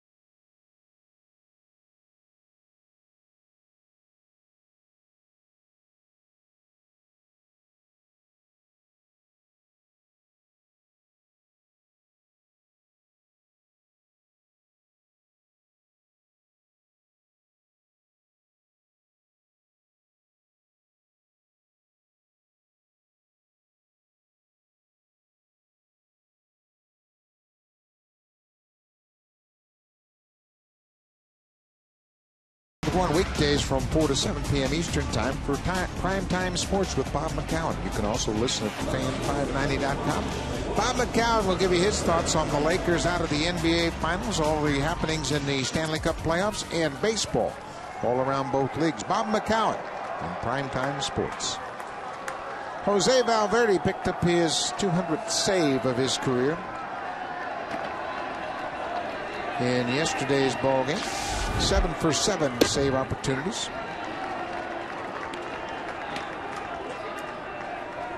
This is not a save opportunity. Tigers have a 5-run lead.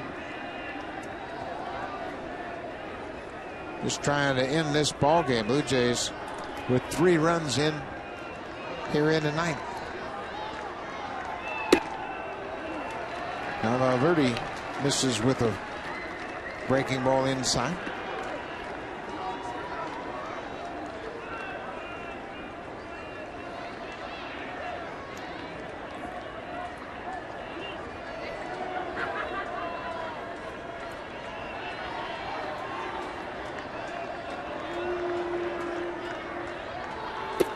Way outside, and that'll skip past Avila all the way to the backstop.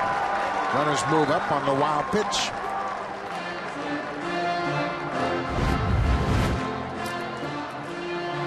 Looks like the splitter, and as a catcher, just have no time to move in that direction enough. You try to spear it.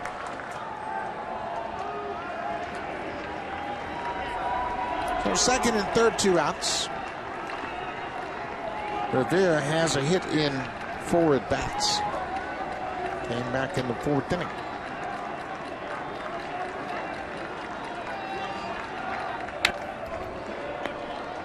Has to go up and get on top of that fastball and fouled it back.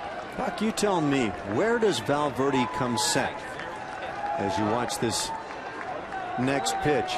I would contend that he comes set at the waist and then starts to move, and therefore you could send runners and he wouldn't be able to do anything about it. But obviously it's being viewed differently right here. And then 2 sets, and he comes set again. Foul back. Technically, for me, that first set at the waistband, at that point, he shouldn't be able to do anything, because he's starting a move that could be interpreted, maybe should be interpreted, as the start toward home plate. 2 distinct stops for sure.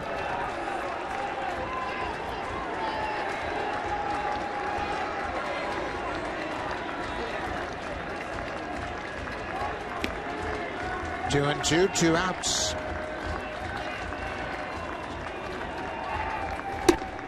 Full count.